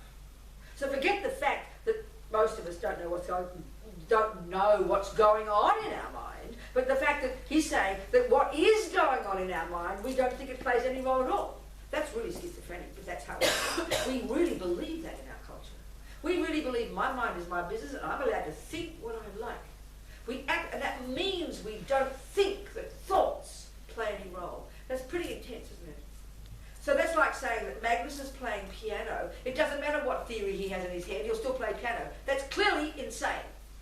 Every single note he plays is dependent on the right thoughts, isn't it? Do you see what I'm saying? Are you hearing the point? Yes. But we really believe what goes on in here when it's emotional stuff plays no role. I remember a couple of years ago, I remember reading in my New York Times on my iPad, this woman in Brooklyn got into her husband's computer and discovered that he was part of a cannibal site. And they were planning to kill and eat her. Now, she was quite surprised. My point is this. She got so shocked, she didn't call the police, she called the FBI. So hilarious, you know. So the point is this. His lawyers, their main position was, they're allowed to think this. It's only in the mind. That doesn't mean they were going to do it. That shows how insane we are. And we think we're intelligent. We really believe that our emotions don't play a role. I mean, that really is schizophrenic, you've got to admit. See, we make such a distinction between intellectual knowledge, do you understand? Thoughts, intellectual thoughts, and emotional thoughts. And we really feel that we're the secret world, I can have all the fantasies I like. We have, it's like this invisible world to us. We don't know our own thoughts, and even if we did, we don't think they play a role. I mean, that really is insane. And intelligent people say this. Buddha says every thought is what produces you. That's karma. It's pretty fascinating, you've got to admit. Which is why you've got to know your mind, baby. Because you're in charge. Cool. So, let's analyse why Buddha would suggest that my killing a mouse in my kitchen will ripen in the future as my being born as a lower realm, my habit to kill, and my being killed by somebody else in a horrible environment. Why? Or equally, if we can flip that over, Buddha's obviously suggesting that that I should actively try to help others, and that will have the same four results. He's not saying that yet, because he's mainly at this first level where at least you're refraining from the negative. In the compassion wing, we actively practice the positive. It's stages of practice, you know. So let's analyse, see if we get the theoretical logic of why a killing would be considered a negative action for me when I do it. That's the point. So in general, killing can be seen as bad, but that doesn't follow that everyone who does it creates negative karma, and you'll see my point. So let's say I've got a mouse in my kitchen, but so does Patrick. I'll give you my scenario first. And this is a typical action of killing, which is a typical negative action that will sow seeds in my mind that unless I pull them out, will ripen in the future of any of all these four ways. Okay, so let's look at it. So any action that's called a complete action, which is the one that will go into the main bank vault, which will produce a lower realm rebirth in a negative action, or a happy rebirth for a positive action. So here we're discussing a negative one. So let's analyse it. In order for that action to kill the mouse to be a complete action, there's got to be four things in place. First, there has to be the object. In this case, a living mouse. Second is the main part, and that's the role of my mind in this. And there are three parts there. First, 2A is one of these many neutral states of mind that is crucial, and it happens every second. It's called discrimination. And it's every second that's working. Every millisecond that we're functioning, this is working. And this is an ability, a bare bones ability to discriminate between this and that colour round and this and this one and that and I think it's a highly brilliant part of our mind that can distinguish between this and that. So clearly here we're going to be discriminating. That is the mouse. That is the mouse. Second is 2B, intention, bare bones thought. I will kill that mouse. Intention, the meaning of karma. The third is 3B, part of the mind. Second one. First is object, second is the mind, and there are three parts. 2A, discrimination. 2B, intention. 2C is the motivation, the reason behind the intention, the reason that impels the thought, I will kill the mouse. And obviously, you should ask, oh, Robina, why are you killing the mouse? I hate mice. That's called aversion, isn't it? Well, broadly speaking, Buddha would suggest we have three main delusions. And the root delusion is ignorance, we'll go into this. And then there's two main ones, attachment and aversion. But so one of the ways that ignorance works in this context would be if you kill the mouse out of ignorance, and that's how we do it every day actually, because in the West, oh, it's harming others, it's dirty, you must kill it. That's ignorance, plain old ignorance, just ridiculous. Forget that one. Mostly the reason we kill a mouse is pretty straightforward, is aversion. Aversion is the bare bones state of mind, of anger. You mightn't say you're angry with a mouse, but you have aversion. Ooh, disgusting. That's called aversion. And aversion is the response when attachment doesn't get what it wants. So the driving force, even more subtle, is my attachment to a nice mouse-free kitchen. How dare a mouse be in my kitchen? So the motivation is aversion, which is the main reason why killing is so heavy. Murders, out of rage. Just now Australia's poor guy in Australia, poor crazy guy, went around stabbing people, then drove a car into the middle of the traffic, killed 4 people, 20 people injured. Not a terrorist, just an angry guy. That's anger. It's unbelievable, isn't it? It's so simple. We think it's more complicated in the West, but anger is so straightforward, it's unbelievable. So aversion, disgust, aversion. That's my reason for killing the mouse. So number 3, I do the action, I kill the mouse. And number 4, a dead mouse. That's a complete action of killing. Now Patrick has a mouse in his kitchen too. First, there's the object, a living mouse. Number 2, his mind playing a role in it. Recognition, that is the mouse I will kill. No, it's not there because he doesn't see the mouse. 2B, intention, I will kill the mouse. No, he doesn't see the mouse. 3, a motivation for killing the mouse. No, because he doesn't see the mouse. So his mind is not engaged at all in this action. And we have many actions we do every day. 3, his foot stands on the mouse. He must be a big heavy guy because he doesn't notice. 4, dead mouse. But he's correct, there's no karma. There's no karma. How can there be? Because mind creates karma. It starts with the mind. There can't be. We kind of tend to think, oh, there has to be some negative karma. No, his mind didn't do it. I mean, he might be sitting there drunk, beating up his wife at the same time. He creates the negative karma beating up his wife. But he doesn't create the negative karma killing a mouse. And we're doing most actions every single second, and there's no volition there. Doesn't mean we shouldn't be careful. It's just that we don't know our minds, that's why. So we're doing so much. And then, it's having some, this is really being simple and analytical about one simple little action. But the action, every second we're creating karma, it's highly subtle and sophisticated and nuanced, That's why it's so hard to begin to unravel this process. And at least start with refraining from the obvious ones. Then start to get some control over your mind. Then really develop qualities and eventually be such a powerful being, I mean, slowly. Equally, what's your name? Jonas. Jonas. Okay. Let's say he's got a mouse. First, object, living mouse. Second, recognition. That is the mouse I will kill. 2B, intention. I will kill that mouse. Motivation, compassion. Mistaken. Not much wisdom. But oh my God, the poor little mouse. I must kill it. We call this euthanasia, don't we? You understand? We call it euthanasia when it's our grandma. His motivation, so he means well, but as long as it says meaning well is not enough, I'm sorry. You've got to have wisdom. So there's 2 things here. There's the karma of the mouse. Due to the mouse's own past karma, it meets Jonas. And due to its own having killed, it gets killed. So the mouse is getting its own particular karma. And depending on what's going on in the mouse's mind at the time it dies, is the next life that it will get. Now, Jonas just has compassion, and like in the world, it's very common. We think if we kill the mouse, it will stop its suffering. Well, for Buddha, no. The mouse will continue, and depending on what karma is triggered, as it dies, it could go from the frying pan into the fire and get even a worse rebirth. So Jonas has not only not helped it, he's made it worse. That's the Buddhist view. Do you understand my point? But the point is, he meant well. His motivation was sort of reasonable. Even though the mouse got a worse rebirth. So, but from his point of view then, he didn't create negative karma. There's some ridiculous imprint there, but he didn't really create negative karma because the motivation is the key.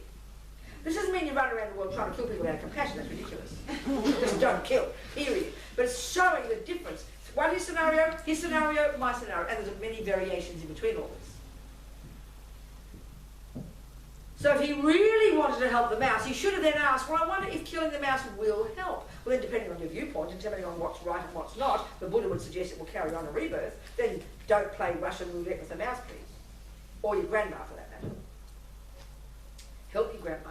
Help the mouse. Pick it up, put it in a quiet place, let it hear the Dalai Lama's voice, let it hear mantras, keep it safe, make it secure, calm its poor little mind down, and it'll die peacefully and when it's ready. And that's far better. Because we can't play God, you know.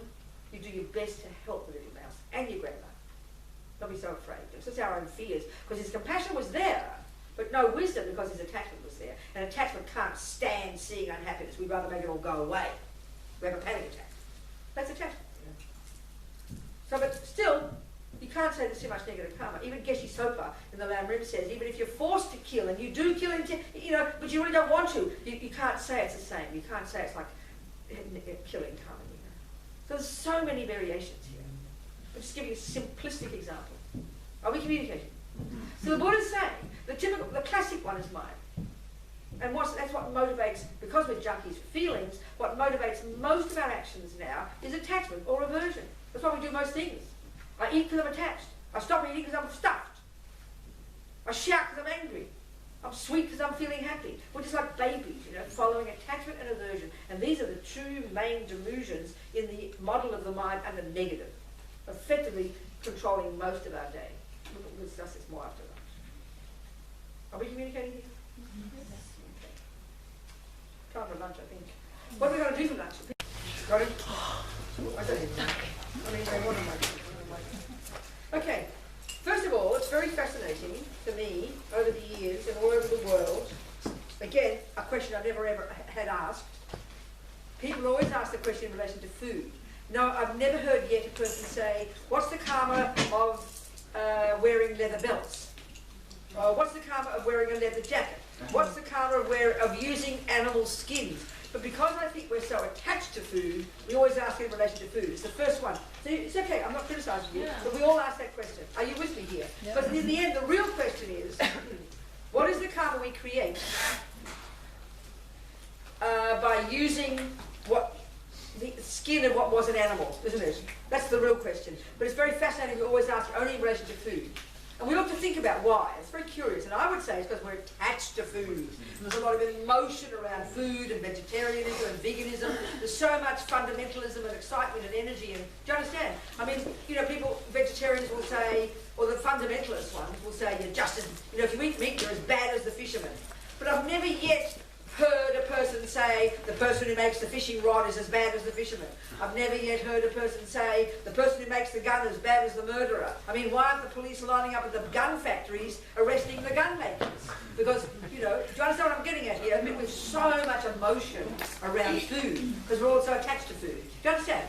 And I think it's the same, this might be a controversial political statement, when we hear about violence, we can't stand it. When we hear about sexual violence, we really freak out. Because we're attached to sex. There's a lot of emotion around. You get my point? This is my own observation, okay? Are you with me, people? Yes. So let's look at the broader question. So first of all, the broadest point of view is obvious.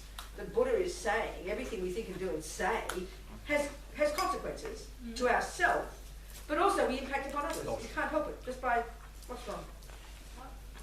What? You try to fix this the maximum. loudspeakers. Oh.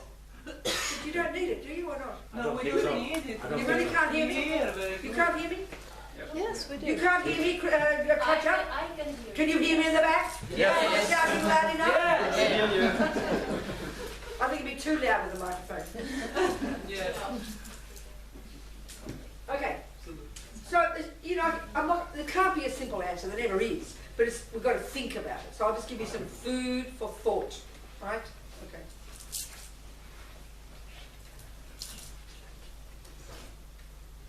Sorry, I turned it on. No, it's off. It's off? Yeah. Oh, okay. Now it's Now on. it's off. Okay. Okay. So, given that, I mean, of course, we are utterly interdependent beings, aren't we? Just looking at someone, walking down the street, breathing, driving a car, we're impacting upon each other, would you agree? And indeed, just by existing, we are slaughtering billions of beings. Of course, if we're a fanatic vegetarian and vegan, I say that sarcastically, because they're people get very excited. We don't care about the little bugs. No one worries about them. We only worry about the bigger ones that look like us. And I'm being a bit sarcastic here, but please hear my point. So the Buddha's view, the big picture is, compassion for all sentient beings. And just by existing, Buddha's point is by the suffering of samsara is such, having these bodies we've got, everywhere there being sentient beings, just by existing, we are slaughtering. Do you agree with that? So I remember, I'll tell you the story. I remember there's this Facebook page. I've got a Facebook page. Actually, someone does it for me. I look at it. She sends me messages. I hardly ever look. I don't even know how to get into it, right? So anyway, I do it. I send photos, and she puts it on. And then one time in England, a couple of years ago, I put a picture of me in this cheese shop in Liverpool, and I bought this kick-ass cheddar. It was really delicious cheddar cheese, right? So all these fundamentalist vegans, how dare a Buddhist nut eat cheese? Really giving me lectures, because this is the emotion around it. There's lots of emotion, So I didn't want to be political. I'd always wondered how many creatures get slaughtered on the road by driving, the bugs, So of course, Google it, someone's done the research, you can guarantee it. Some guy in Holland had done some research of just the number of bugs that get slaughtered just on the number plate. Can you imagine? Just on that. So I forget the number exactly, but it was something like trillions per kilometre, just on the number plate. So you can only imagine how many creatures die. Do you understand what I'm saying? They are sentient beings. They want to be happy, they don't want to suffer, right? But we don't worry too much about them. As long as they've got big eyes and a tail, and they look like us, and they make noise, then we care. I mean, I am being sarcastic, but it's kind of true. You get my point? I mean, we don't care if you kill the rats, because we have aversion for rats. But if we start eating poodles, I mean, we'd be having mental breakdowns, Do you understand? So, I mean, it's wonderful. So I'm not criticising being a vegetarian. How could I possibly? But I'm looking at the negative side when we get our attachment involved, we get all political and emotional. Do you understand what I'm saying? So, this is my own personal comments. So then anyway, I put that story on, and then they said, oh, you mean we're not supposed to drive cars? I refrained from saying vegans and vegetarians drive cars. So I didn't say anything. People will make our own mind, And then there was another piece of research I did. This Australian scientist, he talked about this wheat field in Victoria, my state, where Melbourne is, where they grow wheat. And so in the off-season, where there's no wheat growing, millions and millions of these cute little field mice gather. And he had pictures of them. He said they sing love songs to each other, right? Well, of course, guess what you think they do when you've got to grow the wheat? You kill the millions of field mice. And who does the wheat feed? Vegans and vegetarians. The bulls as well, for the meat eaters, but the vegans and vegetarians. So all I'm getting at, we've got to have a bit of a bigger picture here. We've got a little bit more broad thinking. Realising just by existing, by eating even vegetarian, even not even eating cow, not even eating butter, just eating a few veggies, still creatures get slaughtered. When you know that, it's very humbling, and that means we've got to be a little bit humble and realise we're not God, you can't be perfect, but to do your best you can. Knowing everything we do does impact upon others. That's the first general statement I want to make. So within that, we do our best. Do you understand? Within that, we have some awareness. First of all, the more awareness we have of the wisdom wing, which has nothing to do with compassion yet, which is that whatever I do will sow seeds in my mind that will ripen as my happiness and my suffering. And this is something we often forget. We get very caught up in compassion and all a bit noble, but we've got to start realising the wisdom wing first. We've got to have this view, this recognition, the Buddhist one, if you want to, that everything I do will bring consequences to me. So we've got to have, in a sense, it's like what we'd say, you've got to have some real compassion for yourself first, but just by doing things mindlessly, by driving the car, you're slaughtering countless beings. By eating vegetarian, by eating cheese, by eating meat, whatever, sentient beings die. Get an awareness of this, and then, for one's own sake, attempt to become conscious, attempt to do the best we can to create, to have as minimum effect in a negative way upon sentient beings. But you can only go so far. Do you understand what I'm saying? Unless you kill yourself and never come back to samsara again, you've got to keep hurting sentient beings. So given this, you've got to do your best within that. Do you understand what I'm saying? But really, because we're so attached to food, this is a difficult discussion, because what we're looking for is permission to eat meat, if we really like it, you know? Oh good, you mean it's okay if I eat meat because blah, blah, blah? No, that's not the issue here. Do you understand? Now I can say to myself, okay, so there's two things involved. One is the karma that we create. Do you understand? For just think of it from your own point of view.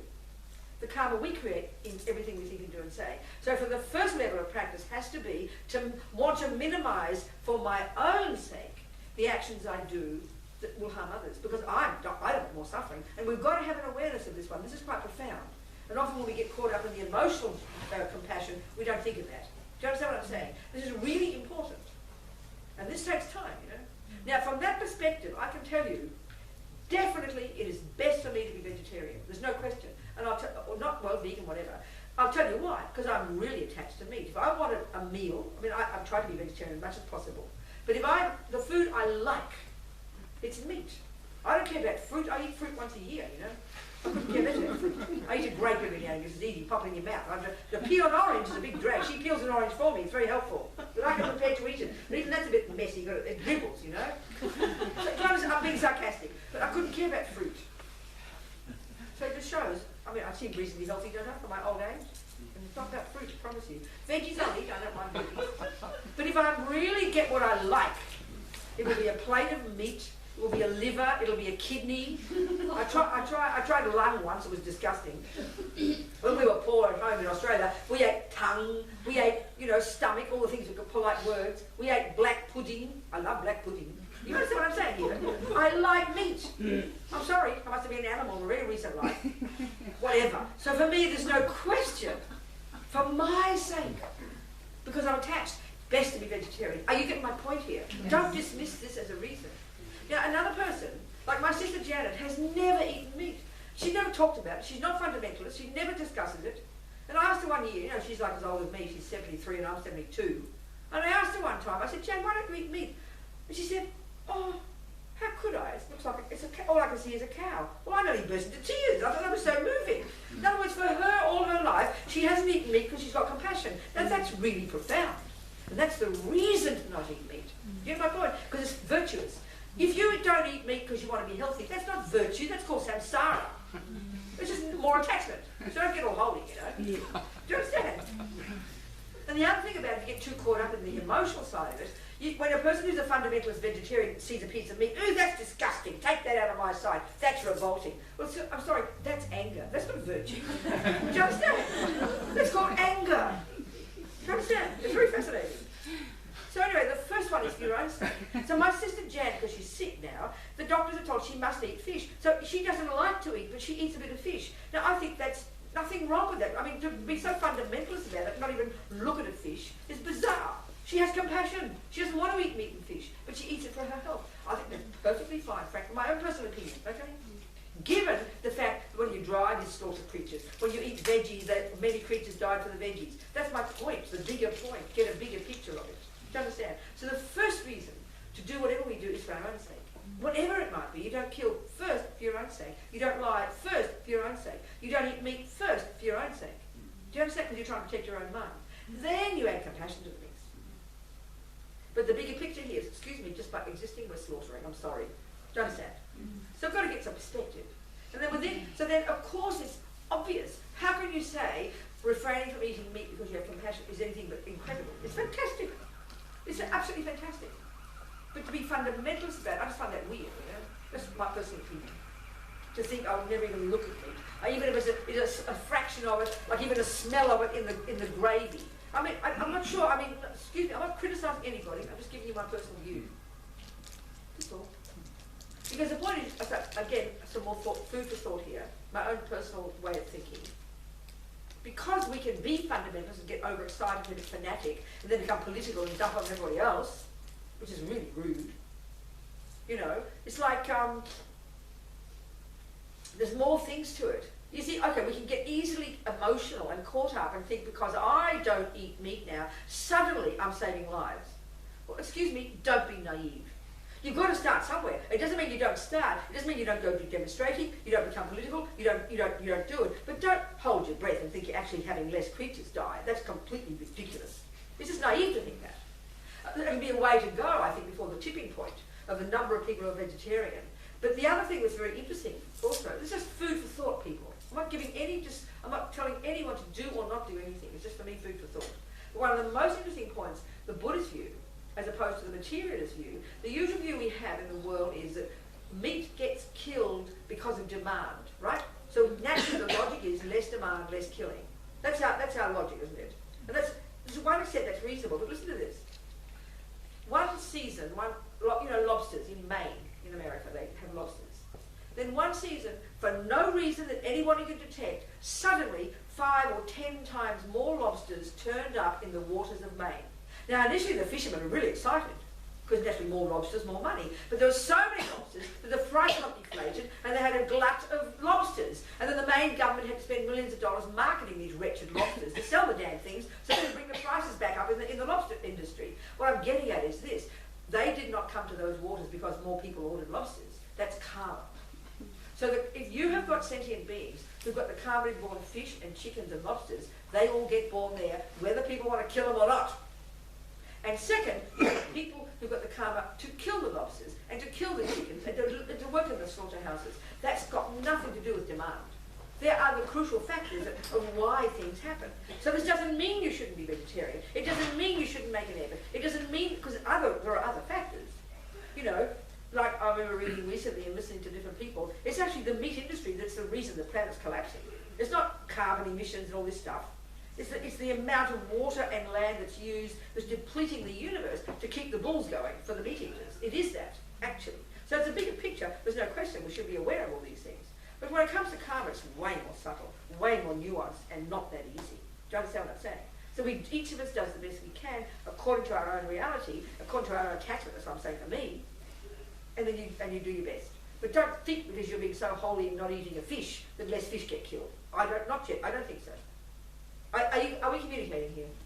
I'm not giving anyone permission or not permission. I'm just talking. Yeah, but we always have to start with ourselves. That's what I'm saying. Yeah. That's what I said. One stone, two stones. That's what I'm saying. Yeah. Do that, but don't be Yeah. naive and think because you're not eating fish, suddenly you're saving fish. No, That's what I'm no, saying. but I disagree. I think you can say that. No. Starting there is I a didn't starting know. point. There are two separate points. Mm. One, well, you didn't hear what I said about karma then. Yes, I did. You didn't. If you said that, you didn't hear it because it's not logical what you're saying. Yes, Because I think I'm not. Okay. I think you diminish our act of not. No, you're hearing me that way, and I know you do, and people do that, and I can't help it, but I have to explain to you that's not what I'm saying.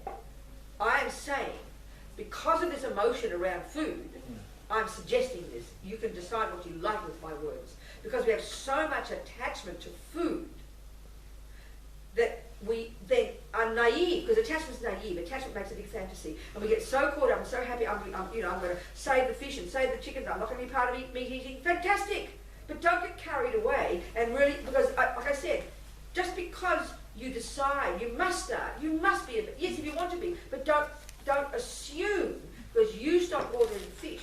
Like I just said, those lobsters turned up in that water, not because of demand. Did you not hear that point? So what makes you think if you stop eating lobsters, suddenly less people become born as lobsters? It just proves the point. So what I'm saying is you must start with the first person. Everything is that. Of course it is. But the first reason is for your sake, not the lobsters. Then you're happy if your actions might benefit one lobster or so. You've got to be realistic is what I'm getting at. Are you hearing the point I'm making? Thank you.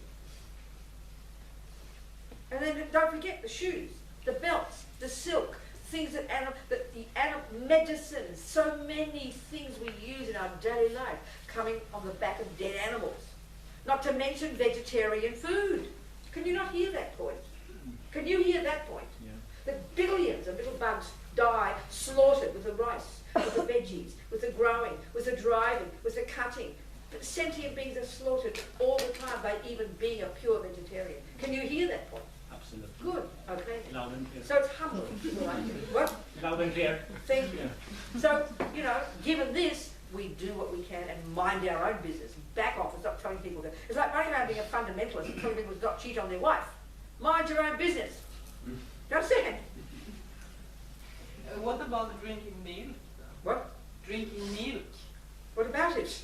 Yes. What's the what question? about it? What's the question, please? Yeah, what the about? question is, what That's not a kind of- scientific question. What's your question? The question is, what kind of karma? I just we create? described the whole thing in detail. You weren't listening, obviously. I answered you in this last 20 minutes of shouting. This covers. But I wanted to make a point. No, you didn't need to. I've already done it the last 20 minutes. You didn't hear the point. All the things about where the animals suffer. That's what I'm saying, Petal. That's what I'm saying. Yes. But maybe, I don't know, sorry, what you mean. Do you mean that the milk is for the, not for humans, it's for the... Yeah, but we're talking about harming. I think the point is that the actions that we do that impact upon the lives of others, and here we're discussing the things that humans do on the basis of animals being harmed. Surely that's the broad issue, which includes the cheese, the milk, but it also includes the vegetables, which fundamentalist vegans never talk about. That's my point. Please hear it. Otherwise you would need nothing. So in a way, you know, it's fine to be vegan, it's fine to be vegetarian, but don't not think about the creatures who died for the carrots. And that's the partisanship that I'm talking about. If we got the bigger picture here and realise just by existing we are slaughtering creatures, that bigger picture is really important to have. Then we do what we can within that. And we won't be so eager to criticise everybody else, is what my point is. But you can habituate your compassion by Right. your compassion, or you habituate your mind, is what you're saying, for yourself by not eating. That's not what I'm saying. That's what I Your thought. commentary That's said. what I thought. No, I'm not saying that. You said Okay. to do it for yourself. I said it before, but that's a different discussion. Okay, there's another point I'm making. Let's say, first of all, there's two main points I'm making. The first main point I'm making, taking the bigger picture point of view of samsara from Buddhist perspective, that just by existing, walking, breathing, eating a carrot, drinking a cup of tea, by existing, we are impacting, we are causing the death of countless sentient beings.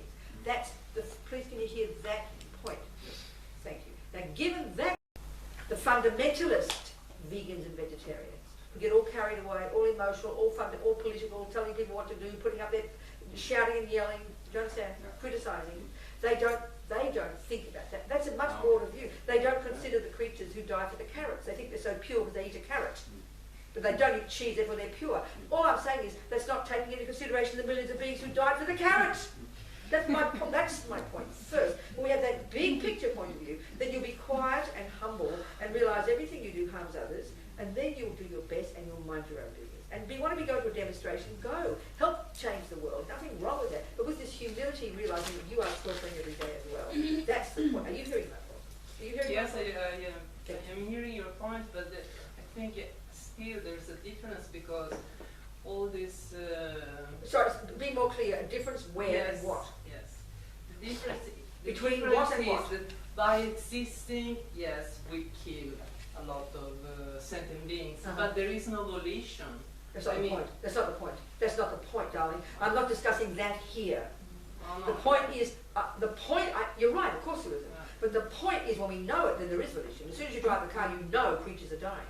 So that's awareness. So once we have that, we become humble. We do what we can to mitigate. And then when we have that view, we know that, given that I can't not eat anything, because we're not advanced, the great yogis don't eat anything, then we are humble. We realise we've got to eat the carrots, and we realise that those millions of beings harmed. Then we won't be so loud and shouting, yelling about people who drink milk and eat cheese.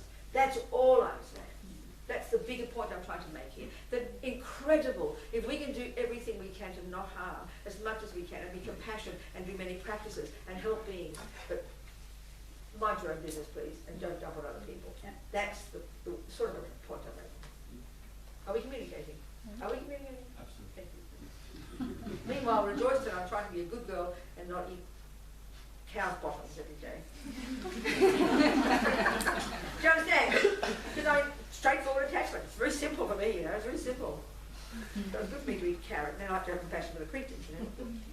Anyway, go on. What else? Yes. Well, I'm changing subject here. Okay, go on, it's fine, no wondering, worries. So did you, hang on, did you get your answer? Yes. Thank you. I'm So, I'm hang on, wondering, wait, sorry, wait, just to conclude then. Given that whatever we do harms sentient beings, and if you even are going to eat meat, I'm not saying you should or shouldn't, then at least try to mitigate that. Try not to get a cow that got killed, you know, that you killed right there. Try to keep, you know, have compassion.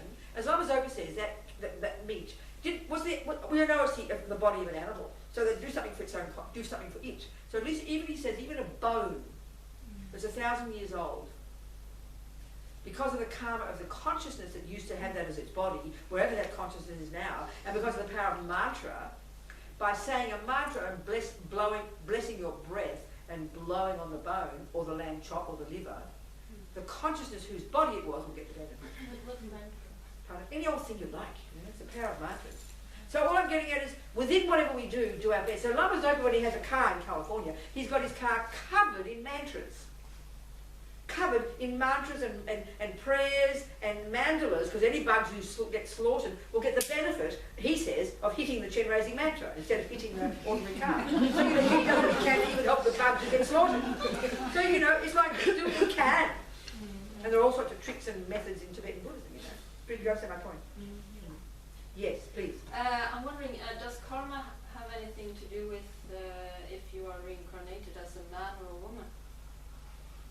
Everything's due to karma, yeah. So we think of that. These things are just culture, aren't they? They're culture. In a certain country, being born black is good. In another country, you're the worst, you know, they're going to chuck you on the... Being born a female in India at the time of the Buddha, they want to chuck you live on the funeral pyre of your dead husband. So it ain't cool to be a lady back then, baby. It's just clearly obvious. It's not so cool to be born in some countries. They cut your clitoris off and sew your hole up and cover you in black clothes. Excuse me.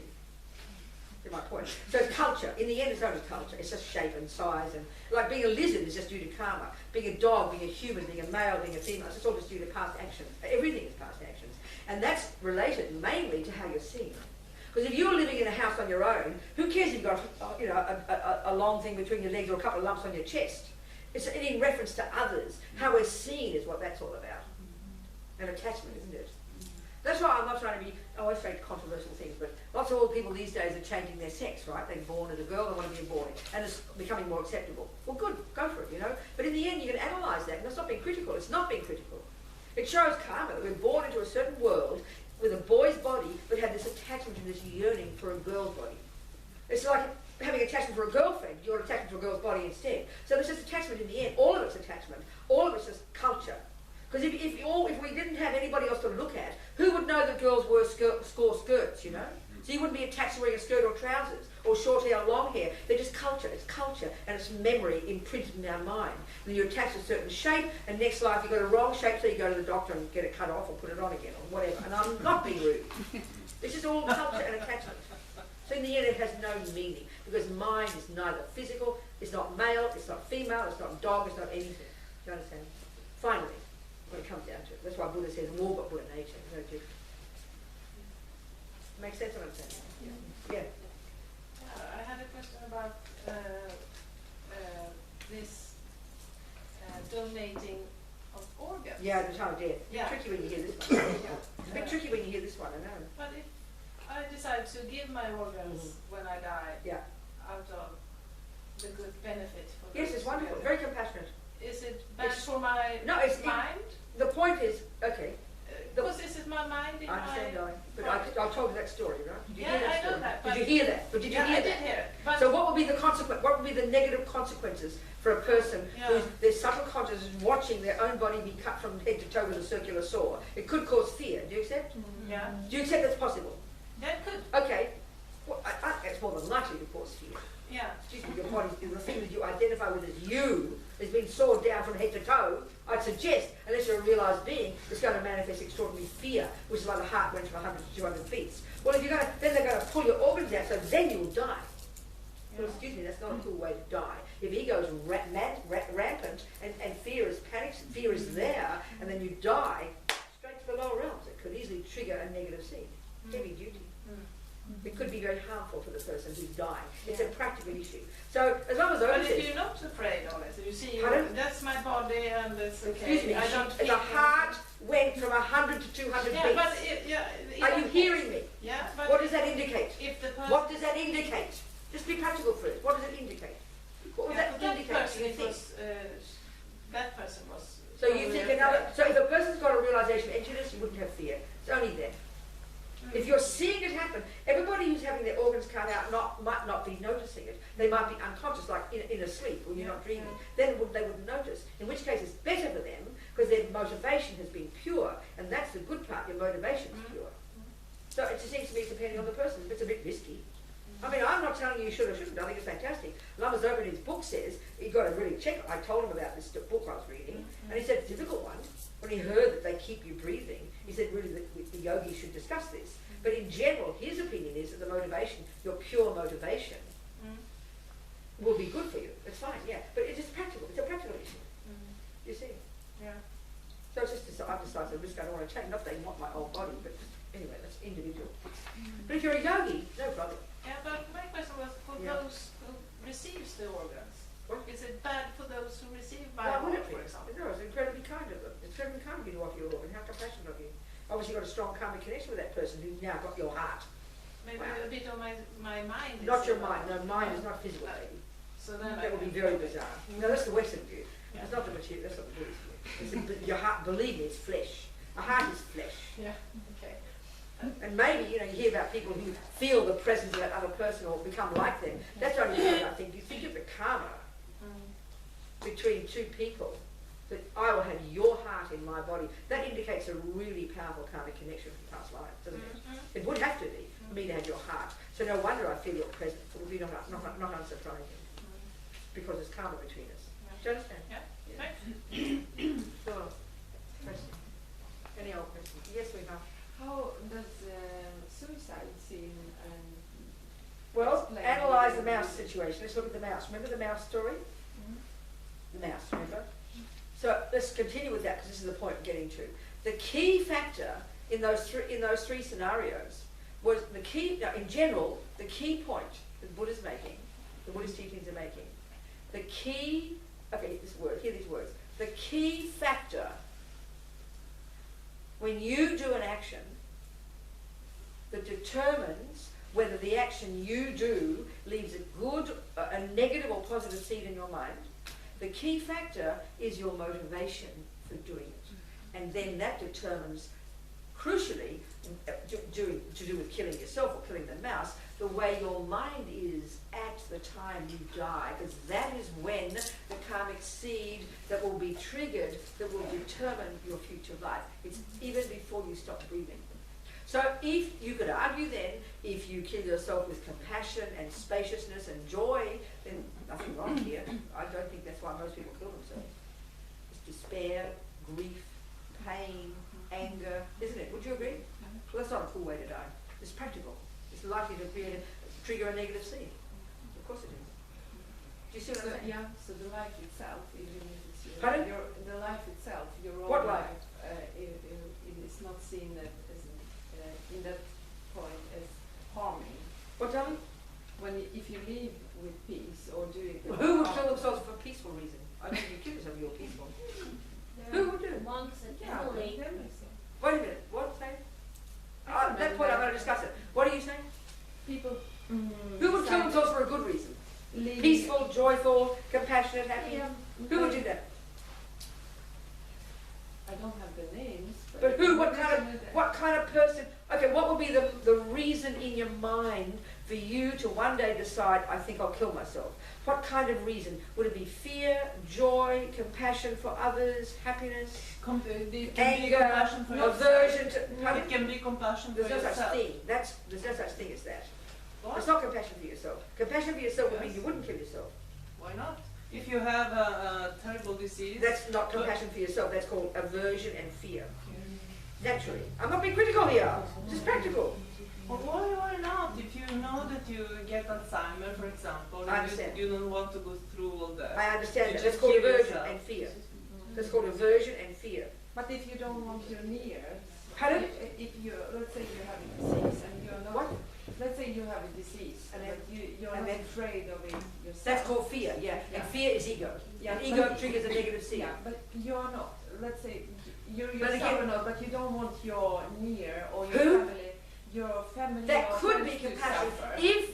If that is your reason, Yeah. but that's not really reasonable anyway, because actually your family helping you is incredibly virtuous karma for them. You'd be happy for them that they're helping you. You'd be happy for them that they're creating virtuous karma. So that's again showing misunderstanding, I would suggest, and it's very self-centered and narrow-minded. Because it's not being critical, darling. You've got to believe me. This is what the Buddhist view about. You've got to look into the mind. Don't accept what I'm saying.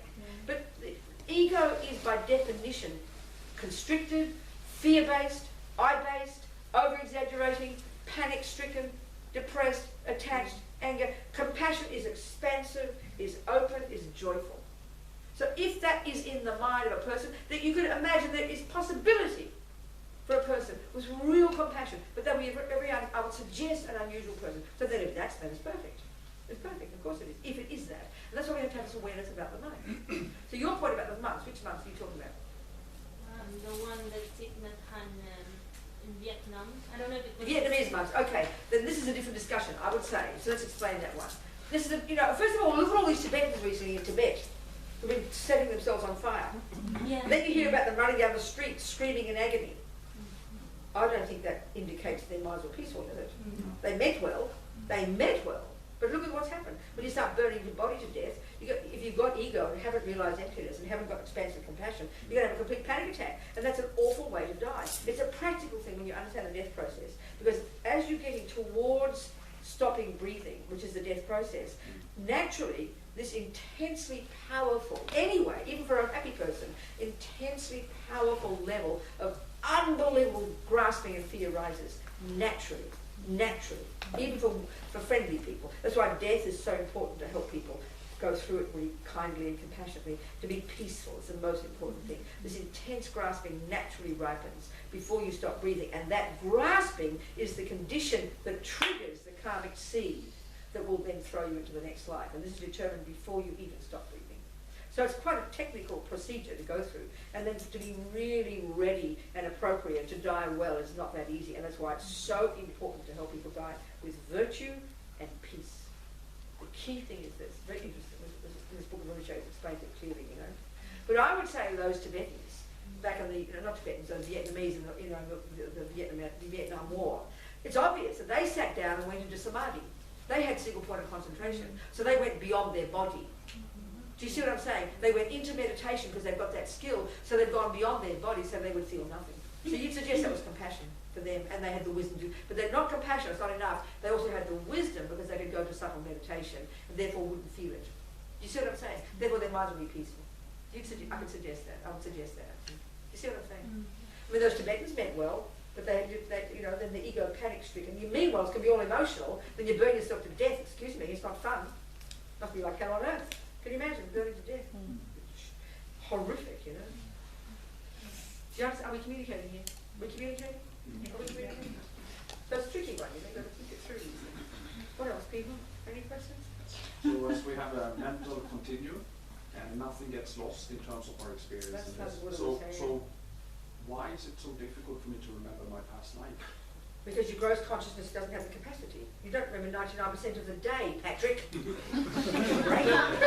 I mean, look at it like a joke, Even 15 minutes after you wake up, you don't remember 99% of those 15 minutes. Because gross consciousness, which is conceptuality, because our minds are confused and neurotic with delusions, doesn't have that capacity. Whereas if you're like the little boy I told you, who was 7 and doing these amazing things, he doesn't have ego, so then there's nothing blocking him from remembering things. There's nothing blocking him from having clarity.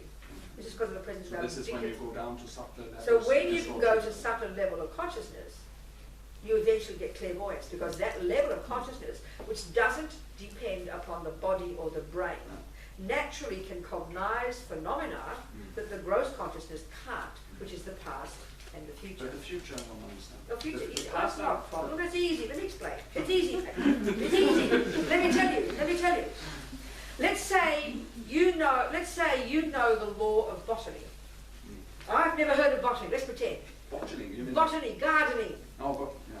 What do you call it? Botany. Yeah. Gardening. The laws of botany. And you're a really good let's say. Now, let's say you've got a hectare of land out there, and it looks to me like it's barren. But you've just done lots of growing, putting seeds in. Do you understand? Yeah. And I'll say, what's going on here? And you'll explain to me, and would you agree that you can give me a perfect vision of how that garden will look in 10 years? You can, a rose bush here, an oak tree that big, and I'll go, wow, Patrick, you're clairvoyant. Because I don't know there's such a thing as a law of botany. So this is a surprise here, but the law of karma is the same. Do you understand? It's very interesting, and it's a shock to us because we think everything's a brand new day, you know. No one knows anything we'll say. It's like, things happen for no reason. That's how we think. It's very fascinating. I remember which reminds me now of one Australian doctor years ago in the 60s who was talking about reincarnation. He used to do hypnosis, and he had this one guy who was the day before. There's a famous horse race in Australia called the Melbourne Cup.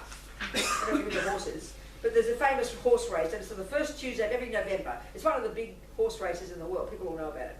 So anyway, the day before the Melbourne Cup, this guy was at the doctor, and he went into hypnosis. And then during the hypnosis, he proceeded to describe the Melbourne Cup. And he described all the races and what the ladies were wearing. And then he came out of the hypnosis, and then the doctor and he were cracking jokes about it.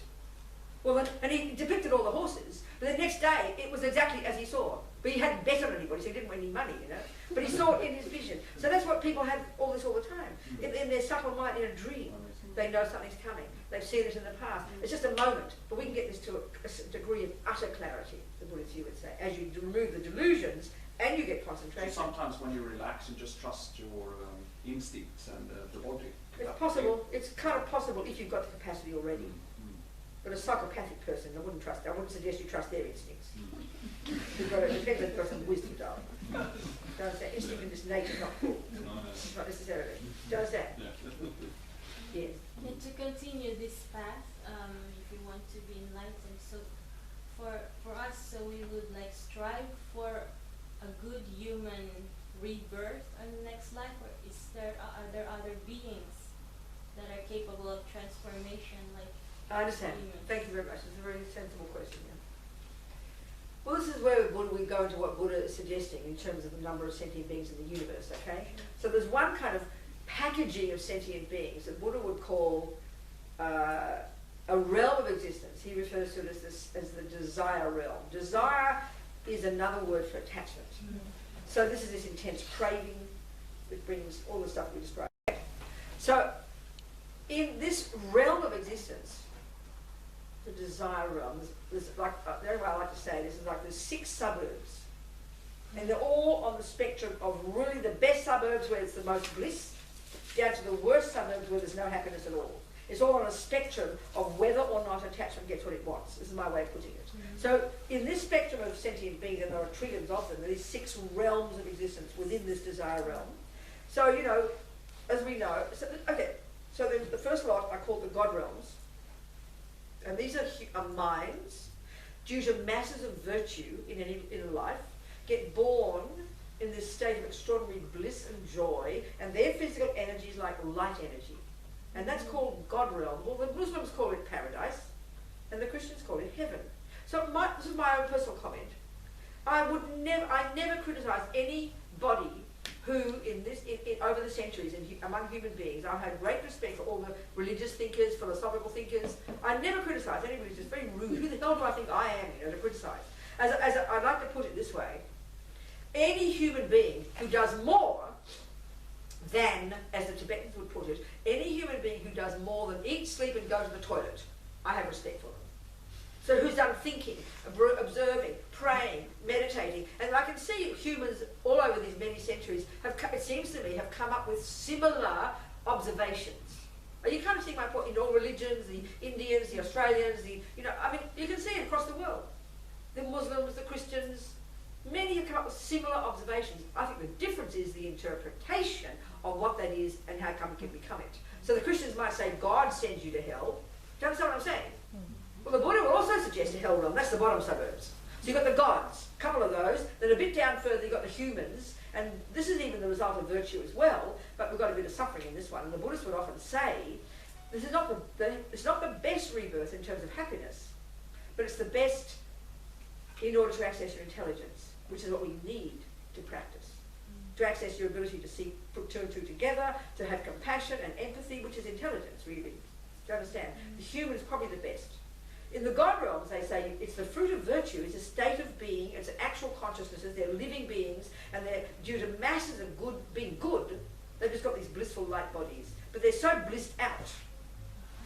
Some religions would say that's the end result. But the Buddha would say they haven't cut the root of delusions yet. They haven't achieved nirvana, which is a state of liberation. They're still in samsara. So they'll have all this pleasure, all this joy. Their people track will run out and they'll fall down to the lower realms again. So it's not a bit of a useful rebirth. So you've got a couple of those. Then you've got the humans. And then you've got the animals. And then you've got this is called the upper realms. Then we've got the lower realms, they call them. And this is along this spectrum. These are the worst suburbs now. And they're more occupied as you go. So the animals is all the bugs, all the creatures, all the giraffes, all the lions, the tigers, the fish, the whales. And they are predominantly, there's three main delusions. And they're the manifestation predominantly of intense ignorance energy, which means they've got ego grasping, or like we've got, but a billion times more intense. Billion times more fear and paranoia, and therefore billion times stronger attachment and aversion and all the other stuff that we've got. And they can't access any virtue. So they're really in trouble. So they just spend their lives harming each other, panicking, in a terrible state of suffering. The animals. Then you've got the spirits, even more occupied, and we can't see them.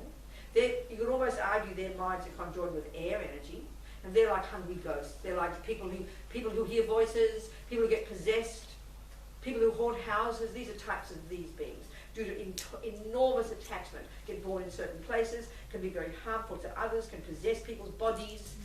They're driven by unbelievable grasping.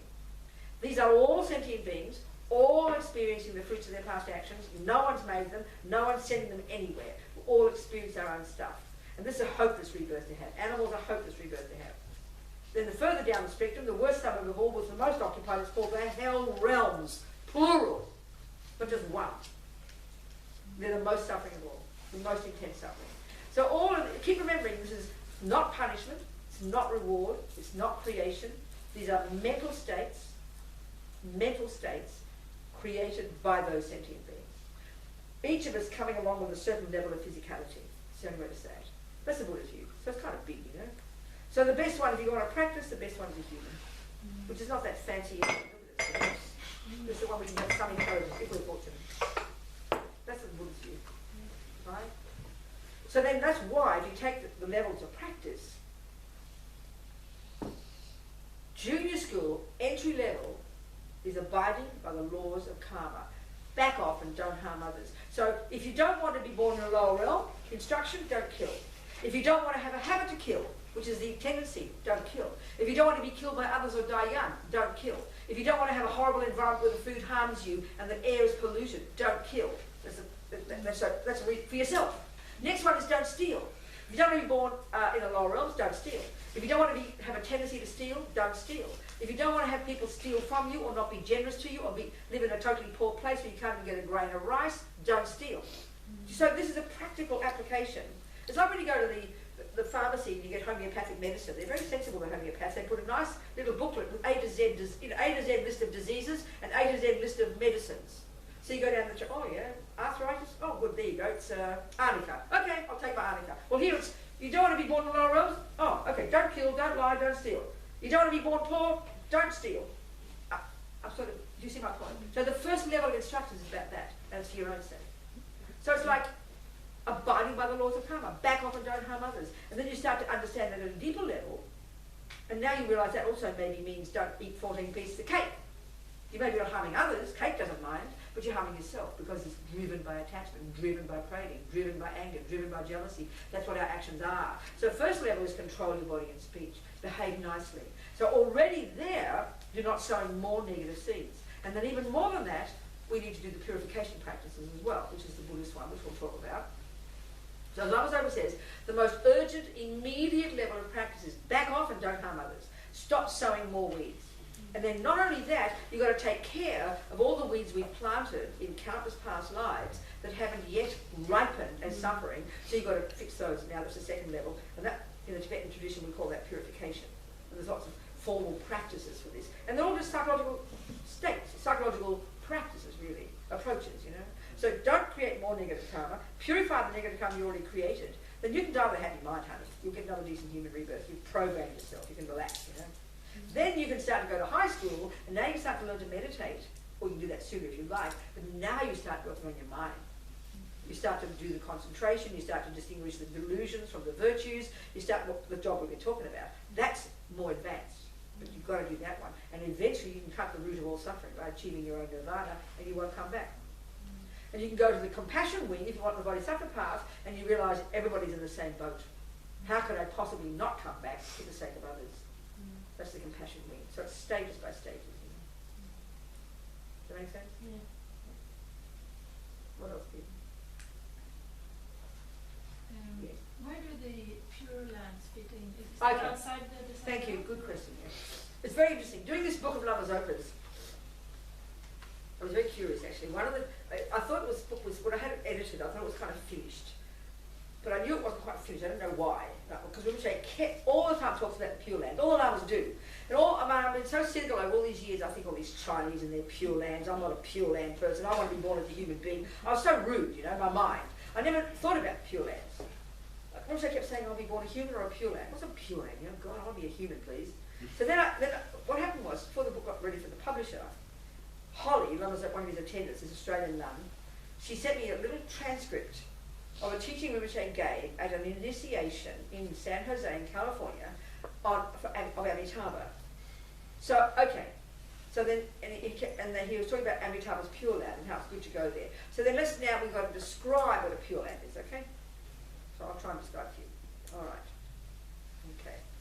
So we have to understand that, we have to understand what a Buddha is. So like I said before, I think I did, I can't remember.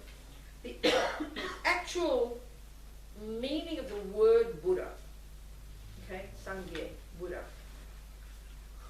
What it's actually referring to is the consciousness, the enlightened mind. So when that mind, your mind, anybody's mind is fully developed, rid of all the delusions, full of all the virtue and all the wisdom, then because your mind is not physical, right, it will necessarily, if you can think of this, be wherever there is existence. Now, I remember what I was over saying one time, it's a bit like the Christians talk about God. There's one God, and God is everywhere. When I was a little girl, I loved God, and I was in love with God. I go to Mass every day, I want to be a nun, and all these things.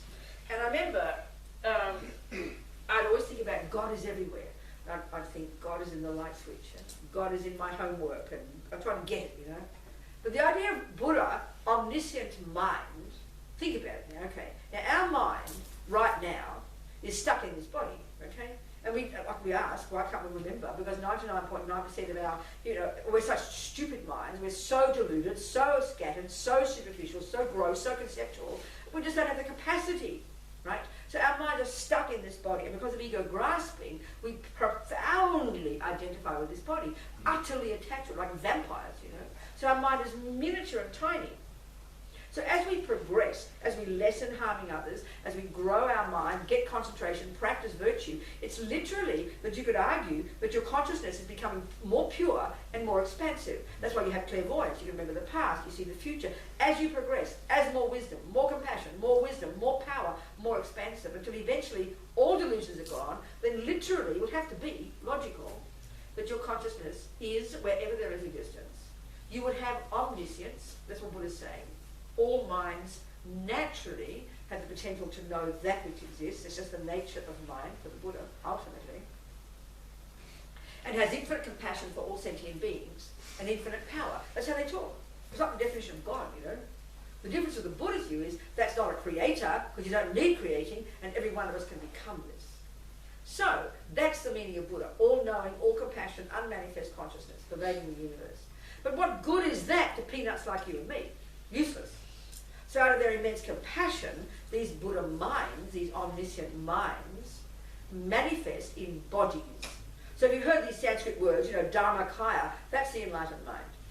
Then there's Rupakaya, the form body. The bodies in which that Buddha mind manifests for the sake of suffering sentient beings. And there's two main kinds. One kind is a regular, they call it the Nimanakaya, the Sanskrit word. That's the regular kind of body that you and I can see, regular people can see. Shakyamuni Buddha is one of those. So when you're a Buddha, you don't need a body. You've gone way beyond needing bodies. That's gone long ago. But out of your immense compassion, you will be born. You'll consciously choose, and they can manifest in countless bodies simultaneously. Even the lowest level bodhisattva can manifest their mind in 100 different bodies simultaneously. So the Buddha, then out of immense compassion, manifests in a human body that speaks our language and looks like us, so we can communicate, right? So we can get the teachings. Now the other kind of body, the enjoyment body, as they call it, is a subtle light body that only the high bodhisattvas can see in their meditation. As they call them, the Arya bodhisattvas, those who realize emptiness and have amazing realizations. In their meditation, at the subtle level, they can cognize this body. So that's the Pure Land thing. So let me just say a bit more.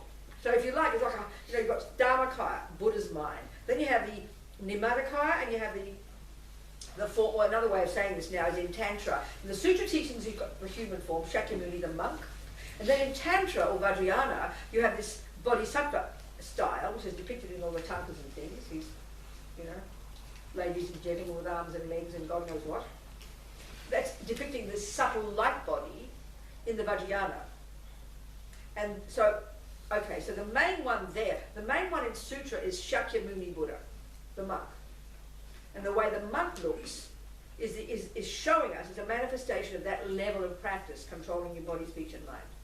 Now you've got the Vajrayana, more advanced, postgraduate. And the form the Buddha takes there, certainly the way we describe in the Galupa, is called Vajradhara.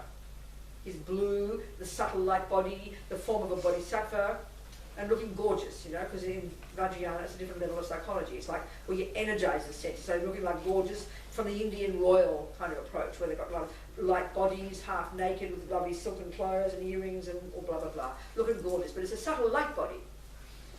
So under Vajradhara you've got the 5 Buddha families, Amitabha, Akshobhya and so on, and each of these Buddhas is a manifestation of different states of mind. It's all psychology actually.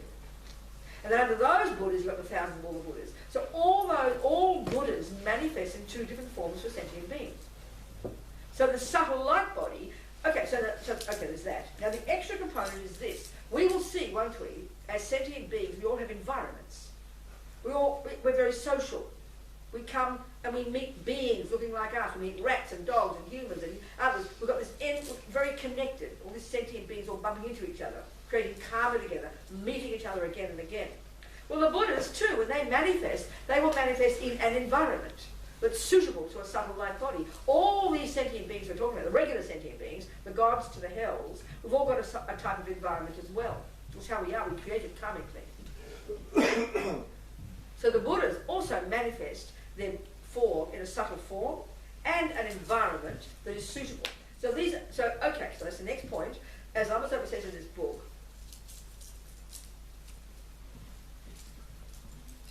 I'll read it to you. What Michelle says, to inspire you. Are we communicating with people? I'm talking to double Dutch, poor old Dutch. I was sort of ashamed saying that because it's so rude to the Dutch. Do you say that in Swedish? No. It must be the English you don't like the Dutch. We say you speak, it's just double Dutch, it's like impossible to understand.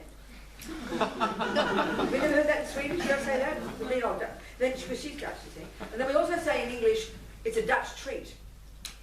You ever say that in Swedish? It must be the English you don't like the Dutch then. Yes. But it means, you're so mean, you don't want to pay for the other person, just pay for yourself. You pay for yourself, I'll pay for myself. That's called a Dutch treat. Do you have another one called Dutch courage? That's what the English are really mean. Dutch courage. Dutch courage means you're really a coward. Don't know why Dutch are not considered brave. Dutch courage is pretend courage. So Dutch courage, double Dutch and Dutch treat. Poor old Dutch people. It must be the English who don't like the Dutch, but you guys don't have it. Very fascinating, isn't it? Isn't that interesting? Yes. So Russia's Dutch. There you go. So is it double Dutch, I said? Do you understand what I've been saying here? Okay, I'll get this book and I'll read you. The bit about Amitabha's pure attitude.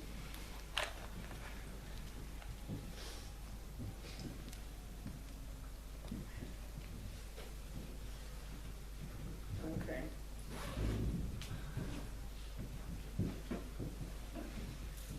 when this chapter got done, and I thought, now the book's done. Finally it fell into place. So Rinpoche says, in order to achieve enlightenment quickly for sentient beings, not for myself, not for yourself, but for sentient beings, we need to make sure we go to a pure land after we die. Guru Rinpoche Padmasambhava mentions this, and in many of his teachings, Lama Tsongkhapa says we should pray to be born especially in Amitabha's pure land, the blissful realm, or day1, Sukhavati in Sanskrit, because it is easy for us ordinary people, those with delusions, to be born there. I was surprised by that, Rinpoche said. In fact, so anyway, there are numberless pure lands. In other words, as many Buddhas as there are manifesting in these subtle light bodies, they're all manifesting in their own particular environment as well. That's called a pure land. Not visible to ordinary eyes. It's kind of a high beings to observe. So as he says here, there are many, numberless pure lands. So there's Vajrayaginis and Haruka's pure land, where you can definitely become enlightened. And Tushita, Maitreya Buddha's pure land. And of course you can pray to be born in Shambhala, which is a place related to Kala Chakra. However, to be born in most of the pure lands is very difficult. For some, you need to have achieved the 8th level of the Mahayana path. To be reborn in the lowest pure lands, even, you need to have cut the ego, the ignorance holding the I as truly existent. You need to have actualized the happiness, the bliss of the ultimate reality of no self, realized emptiness, in other words. And to be born in Tushita, you need to have very pure morality. So it's very difficult. If you don't have these realizations, even if you still have delusions, even if you pray or want to go to these pure lands, you won't succeed. Many of the pure lands, in other words, are not where ordinary beings can be reborn. However, as I mentioned, ordinary beings, those who have delusions, which means you haven't realized emptiness yet, right? And for whom it is difficult to be born in most pure lands, can easily take rebirth in Amitabha's pure land. And not only that, according to my root guru, Trijang Rinpoche, you can practice Tantra and become enlightened in Amitabha's pure land. So since then, I've become a fan. So I travel to lots of places, right? I have all these air tickets, like 70 aeroplanes a year or something. So I now added Amitabha's Pure Land to my itinerary. And I mean, because what I got from this book as well, it's kind of interesting, actually. I mean, I'm a Buddhist. I've been known about karma for blah, blah, blah. You know, but working on this book, trying to go to the death process, really thinking about this, sort of a couple of pennies dropped. And I started to realise, because of the way which he's teaching, that it's up to us, you see. We're so used to thinking, with religion, we're so used to thinking, well, I'm a good girl. I'm sure someone will see I'm a good girl, and they'll reward me, you know? That's deep inside us. And even if we're good Tibetan Buddhists with good, nice gurus, we still think, oh, I'm sure my guru will see that I'm a good girl, and they'll make sure I'm okay. Well, excuse me, we are the boss. We are the boss, okay? We've got to decide. So in the same way that I was invited here, I got invited to come, so I had to say, I want to go to Gothenburg. First step was that, wasn't it? That's volition, that's intention. Then it's not enough to say, oh, I must go to Gothenburg. That's ridiculous. I've got to say I want to go first. Then you create the causes to come. Buy the plane, talk to Katya, work it all out, do the plan, you know. So I figured here, I've got to say, where do I want to get reborn? So there's only two options. Human body or Amitabha's Pure Land. Unless you've got realization. So then it's narrowed down. It's quite a reasonable. It's just two options. It's not too bad. Oh, calm down a bit. It's only two. So what do I prefer? Well, you know, I'm happy to be born a human, but it seems to me if you go to Amitabha's Pure Land and how they're talking, because you haven't got delusions there, you haven't got a bloody body that's got to go to the toilet every day and eat food and have dramas, and you're not going to be meeting mean people, so you're going to have a nice light body, you're going to have a blissful mind, lots of intelligence, you can get enlightened easily. It seems like a no-brainer to me. Do you understand? So I've decided I'm going to go to Amitabha's Pure Land. Then I figure if I miss that plane, I'll get the one to the human one. If I don't, I'll be in trouble anyway. So don't worry. Do you understand? So does that answer your question? Yeah, so I guess it's like inside of the desire realm with the Buddha's... No, darling, you didn't hear me. No, it's not. I didn't answer you there. Forgive me. You didn't hear me. I didn't answer you. It is absolutely not in the desire realm. It's not samsara, darling. No, it can't be. That's the point. Buddha land. No, but when I did sort of say it before, all pure lands are the manifestation of the Buddha's mind, so it can't possibly be in samsara. Impossible. And that's why you've got to have realizations to have that level of cognition. But the only one you don't need it is Amitabha's Pure Land. That does not mean it's in the desire realm. No way. It can't be. Otherwise it's all nonsense. Do you see what I'm saying? Yeah. So it's quite different from the God realm. There you're just blissed out. There's no wisdom, there's no wish to practice, because you're just so blissed out. But here it's conscious. You want to go there to get enlightened, to get teachings. You just get teachings the whole time, and you get realizations. That's completely 100% different. Are you hearing me now? Yes. I'm glad you said that, thank you. So you're clear now? Yep. Now, if you've never heard of reincarnation, this is a bit wacky, I agree with you. So one step at a time. Okay. This is just the theoretical model, okay? That's all it is. So any more questions, people? No? Yeah. What? Tea break. Already, we just had lunch break. Come on. 1 hour ago. We usually have. I know that, but maybe I'm not usual. But wait a minute, we got back at 2:30. Instead of 2:30. No, it's too early. What's so much to talk about? We're until 5 o'clock. I know that, but we might, anyway. Do you mind if we do? Not quite yet. Do you want, do I have to so okay, let's think a minute. What should we talk about? No more questions? At the moment, at least? So think of a topic, we'll start on it, then we can have a cup of tea break, whatever. Okay.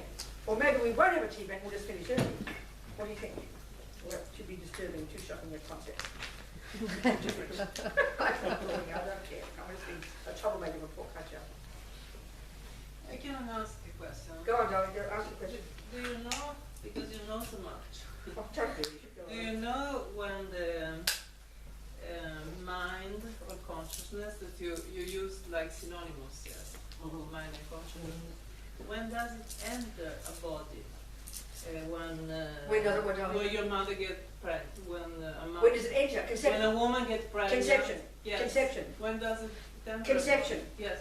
That's when it enters. That's what I'm saying. Conception. Yeah. In that moment. Yeah, but generally speaking then, and I'll tell you an anecdotal story. This might be too much information for you, but I'll tell you. It's one of my personal experiences. No, really. They want to come in. The ding dong, they want to come in here. No, generally speaking, I can always, this is interesting, it is interesting as an experience, and I've talked to many people who say a similar thing. But there's one, I was just, when I was a hippie in London in the 60s, the late 60s, and I was hippie and I was a serious hippie, which meant lots of boyfriends. Right? So this, I remember this time, there was this particular fellow, Australian, his name was Rob. I remember that much. I remember he was an architect and he got £1 an hour. I had £13 an hour back then, so it was in 1968, and I was very impressed by his salary, I remember that. Anyway, I was just joking, but I slept with him. And I remember the vividest, clearest thing. I thought, at the moment we did our thing, I thought, oh no, I'm pregnant. Crystal clear. I didn't think of consciousnesses then, believe me, I'd given up being a Catholic, obviously. I didn't think of souls, but it was absolutely clear. I knew that second a consciousness, putting these words into it, came inside me. Crystal clear. I've talked to many people that say the same thing. Now that's reiterating the Buddhist point, that pretty much the second of conception, in other words, what keeps the egg and sperm together is the entry of consciousness. In general, that's conception. So what happens is this. Last life, more than a few weeks before you, what's your mummy's name? What's your mummy's name? Your mummy, yeah, I'm going to give a story. What's your mummy's name? Who? Gina. Gina, what's your daddy's name? Enzo. Gina and Enzo. Okay, so there's Gina and Enzo. Okay. So there they are. They haven't gotten to bed yet. So a few weeks before that, you were in another body. Let's assume it was a human one, okay? Let's assume. Me. You, darling, you. You. What's your name? Nadia. Nadia. So there's Nadia. She was maybe Fred in the past life. Maybe she was an Australian bloke. Who knows? But let's say there she was dying. And Fred was, maybe it was a good, nice person, and someone was supporting. And at the time of Fred, the death process starts. And then by the time before Fred's breathing stops, already this really intense grasping manifested. But maybe you were a practitioner, maybe you'd practiced something. And so we can deduce, but at that point, your mind was fairly peaceful. Maybe you had supporters, they were there, maybe you're a good Catholic, maybe you're Buddhist, and they were doing prayers, your mind was fairly peaceful, this grasping arose, and there was kind of, but you were, and then this triggered your bank vault of your karmic seed that was going to be this Nadia one. That was triggered even before you stopped breathing. And all the other karmic seeds, it will be your tendencies, your experiences, your environment, your mummy and daddy, all of this came together before you even stopped breathing in Fred's body. Then gradually Fred stopped breathing, your mind's already programmed. And then eventually your mind leaves your body, goes to the very subtle level, it goes into this intermediate state. They call it an intermediate state, which is like a dream state. And then you're kind of like twiddling your thumbs, waiting for Gina and Enzo to come together. You're waiting for your new birth to come, you know. You kind of, and then they hop into bed, and then you run like a magnet. Karma is ripened right there. It was already determined before. And then as soon as they hop into bed, you run, boom, and you rush in there. So don't ever blame Enzo and Gina for who you are. You are the cause, baby. They're only having fun. That's how Nadia started. So karma ripened, okay? And then she began to grow, and then she popped out, and here we are. That's a rough description of the death process and the rebirth process. Is there a space of time? Yeah, a few weeks, not long. A few weeks, up to a few weeks, could be a few seconds. If your rebirth was really that strongly programmed already, and it was, and if they hopped into bed the next day, you wouldn't wait around in the intermediate state. That's up to 49 days, they say. You're hanging around kind of this dream state, waiting for the new body, you know. But if they hopped into bed immediately, you could go right there then. No mucking around. So one day you're Fred, next day you're Gina. We lose all the memory. Yeah. Because you know, Fred's gone. The package Fred, the package known as Fred But is Fred is in me. What now? Fred is in Yeah, me. well, everything that Fred ever did and all the countless past lives of being dogs and whales and hell's beings are all stored in your body. So we've got to get ahead of the game before the rubbish starts again and purify it all before it ripens. So you've got to, as we say in Australia, when you're on a good wicket, stick to it. Have you heard of that? No. Or when you play cricket, and you know cricket? You never heard of cricket? Yeah, yeah. Okay. And the long piece of ground where they play on is called a wicket. So if you're on a good, when the piece of ground is all ready and nice for good cricket. So if you're on a good wicket, stick to it then. Sorry. So once you've got a human body, don't tip it down the toilet, baby. Be happy. Use it. Don't waste it. It's hard to get one again. This is hilarious, this one, I'll tell you. I read in a book somewhere, one Tibetan Lama said, at the time of, okay, let's use your example, of Gina and Enzo doing what they did at that time.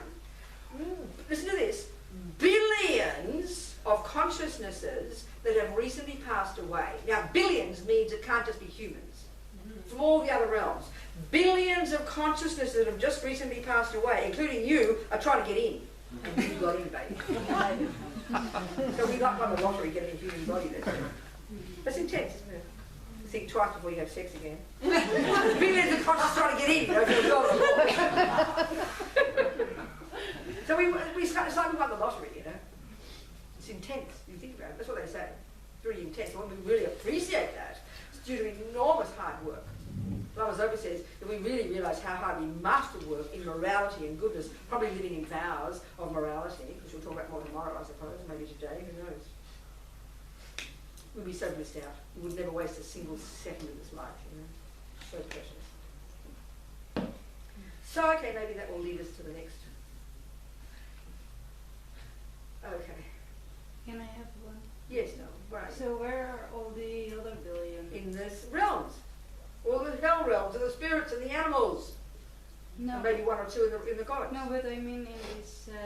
They went and took other births, honey. Doesn't take long. They're going to find one, believe me.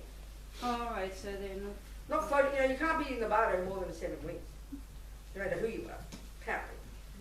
Karma ripens. You've got to get spirit or hell. And mostly they won't even muck around. You know, there's no mucking around for them. There's no waiting around for those. You get those easily.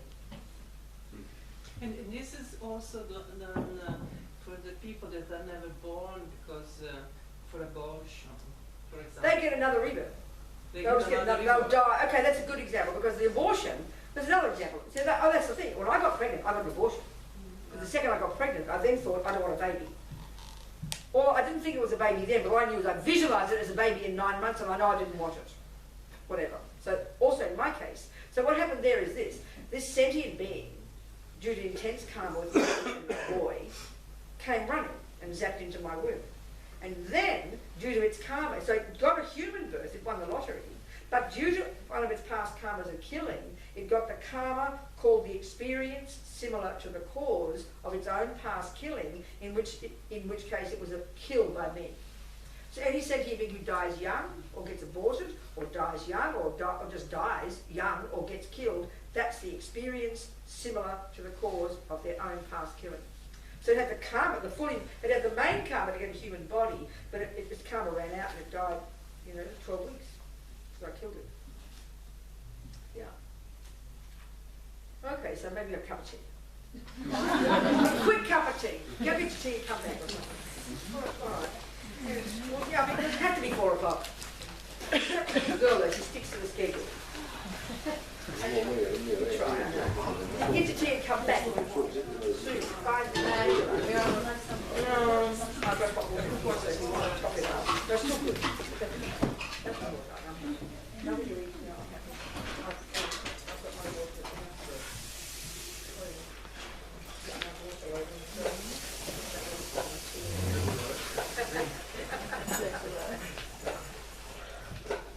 Okay.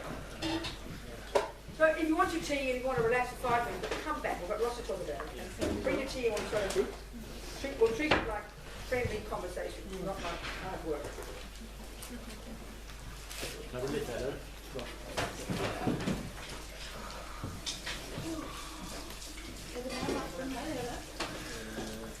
So how can you move this? Talk to me. How can you move it?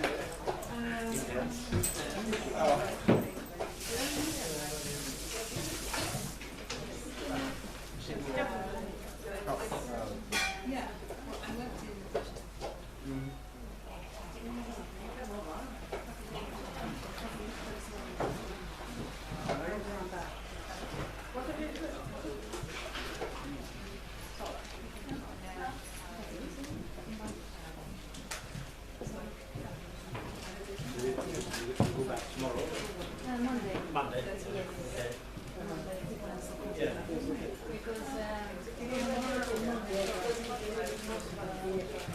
No, it's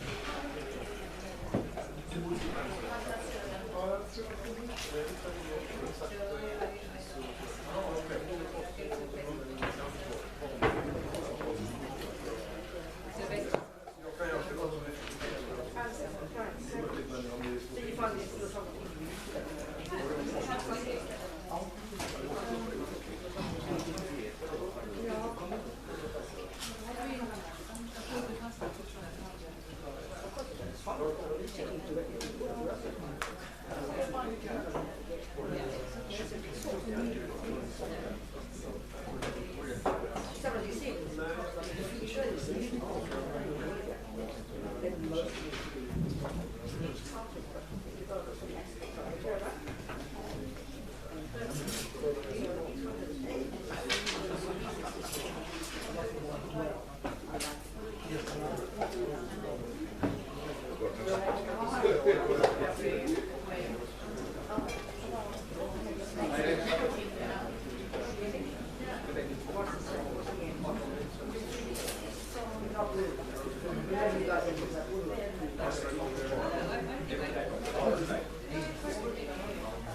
But in the end, it's not just maybe you can find it. Get it free, yeah. But then you know, the other thing, yeah.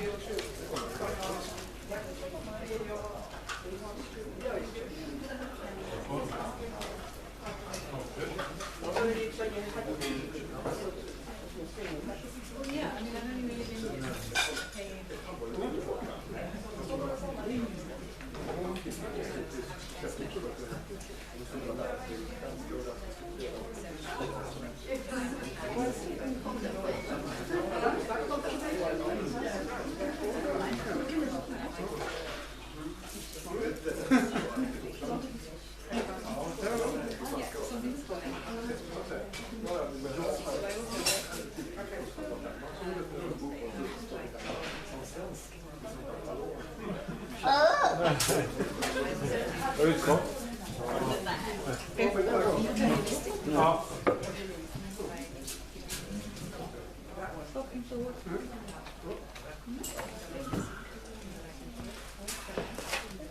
Well, the Buddhists would say you've got some kind of meditation in past life. Plug into their trees in the road and not just leading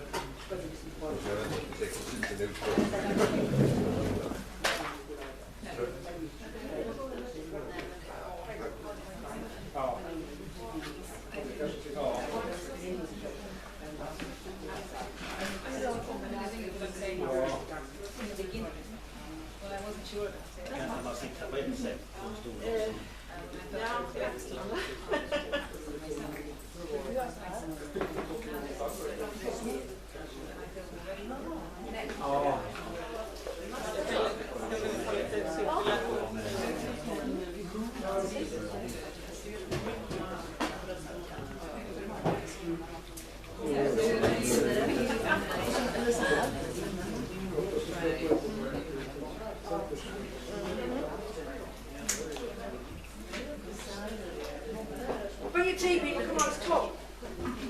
Bring your tea and your biscuits.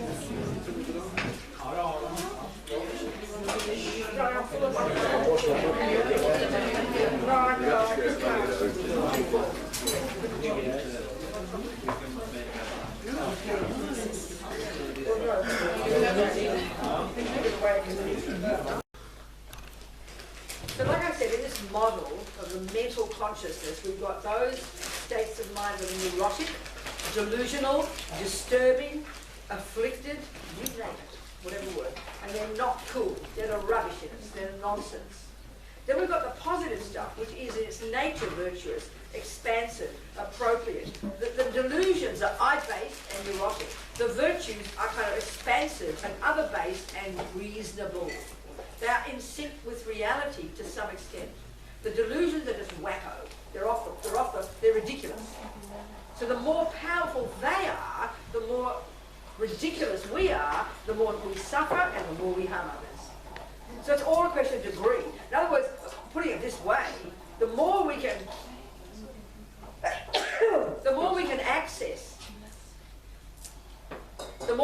access our virtuous states of mind, the more we've practiced those, the more we can access those, this is my way of saying it, the more reasonable will be our life.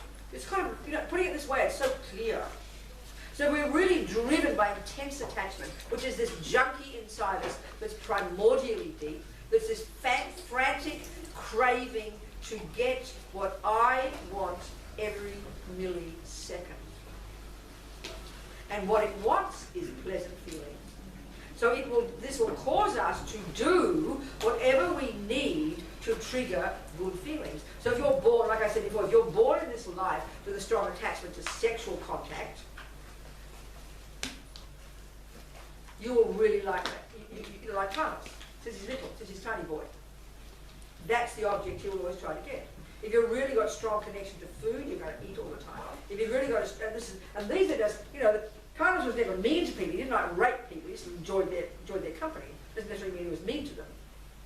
But if you've got a strong connection like with past torturing, like that one guy, then you've got to be intensely attached to doing that, because that's what triggers your pleasure. So of course the world doesn't approve of that, so you do it in secret.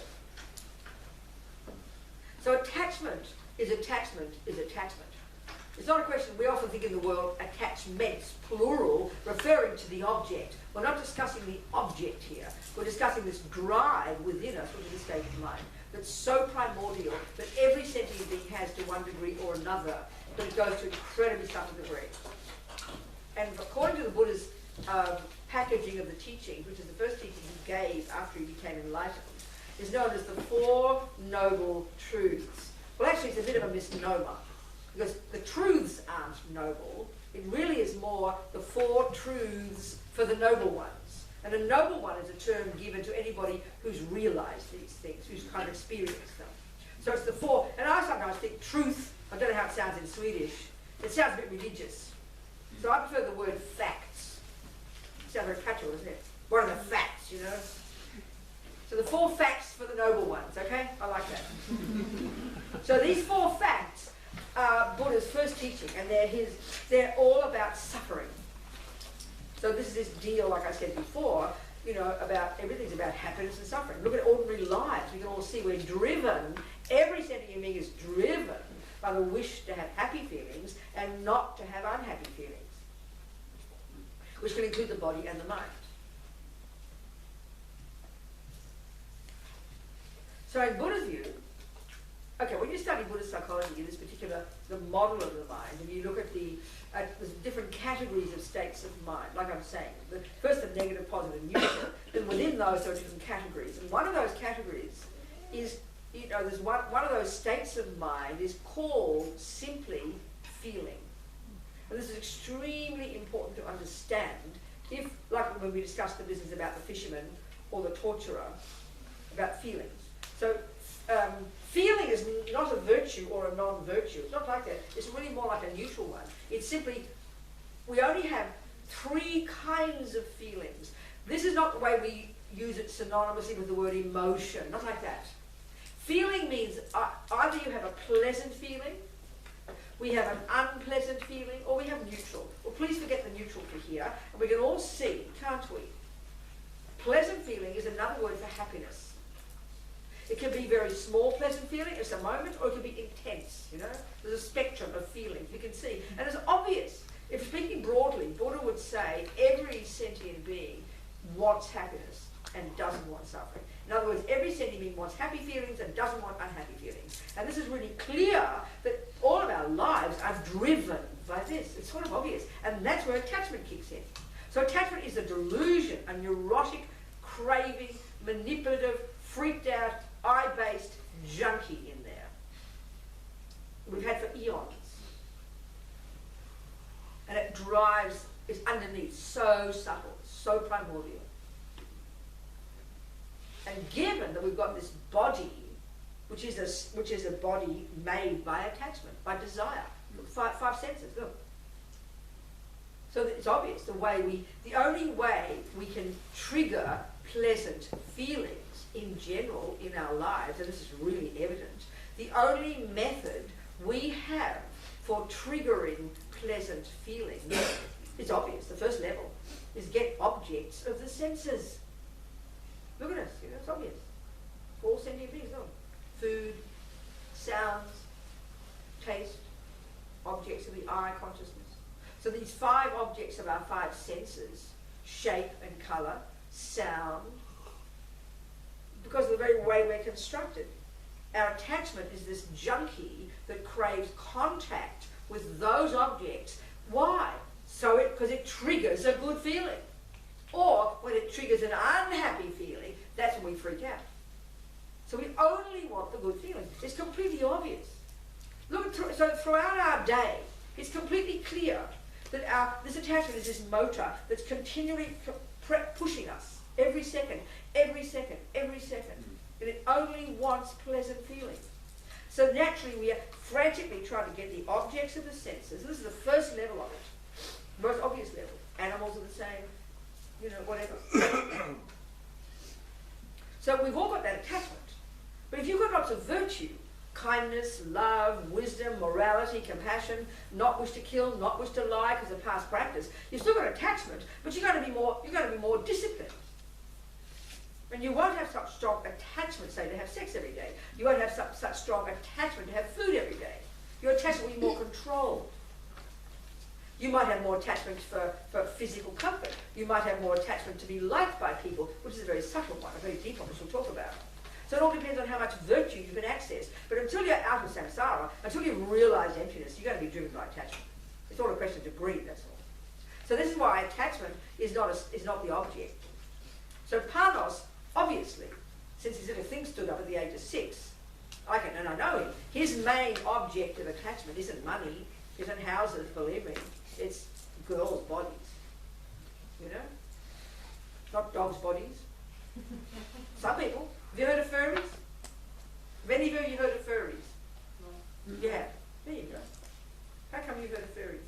Because of your teachings. That's interesting. What, darling? On the news. Somewhere. Anyway, so she had. That's very interesting. Isn't it? So I'm talking about fairies. And then you understand karma, this really makes sense. You know, people, human beings, who are born with intense attachment for sexual contact with animal shapes. And some of them have attachment to stuffed toys. They're having sexual contact with stuffed toys, not real animals. And they're called fairies. There's all variations of them. You go online and check it out. I remember reading about this 25 years ago. And this guy was interviewed. And he spends all his money on eBay buying animal things. And also they all dress up, they have their conferences, they all dress up in their animal things, and they go and have conferences, you know. And all these people have got a whole new group of human beings, probably been all sick, but now because they've got websites, they're all meeting each other, right? So these people, there's many variations. Some like real animals to have sex with. This guy said he tried to have sex with human appropriate size animals like German shepherds, but he prefers his stuffed toys. It's interesting. So this is karma. Now, I mean, there's some areas that we laugh initially, but if you analyze, the karmic view is the only way to explain it, in my opinion. So you see, this is where attachment is attachment. The object is different every time, and the intensity of it, that's all. So whether it's so Panos was attached to real living girls. Do you understand? This other guy was attached to torturing people. Another guy was attached to killing fish. He probably liked girls as well. But you know, we tend to think of sexual attachment as a special thing on its own. But it's really just simply intense attachment that triggers intense feelings. So the torturer guy, because he had such powerful karmic connection with torturing, he got what he called sexual feelings. Because the karma was so strong. Okay? That's all. So attachment is attachment is attachment. It's a question of degree and a question of the object. Some people it's food. Some people it's money. Some people it's, or you can see, attachment's very creative. It'll find anything. Are you attached to the object or the feeling? Or does it, the one that Just triggers the listen, other? Patrick. You're listening already. It's perfect what you're saying.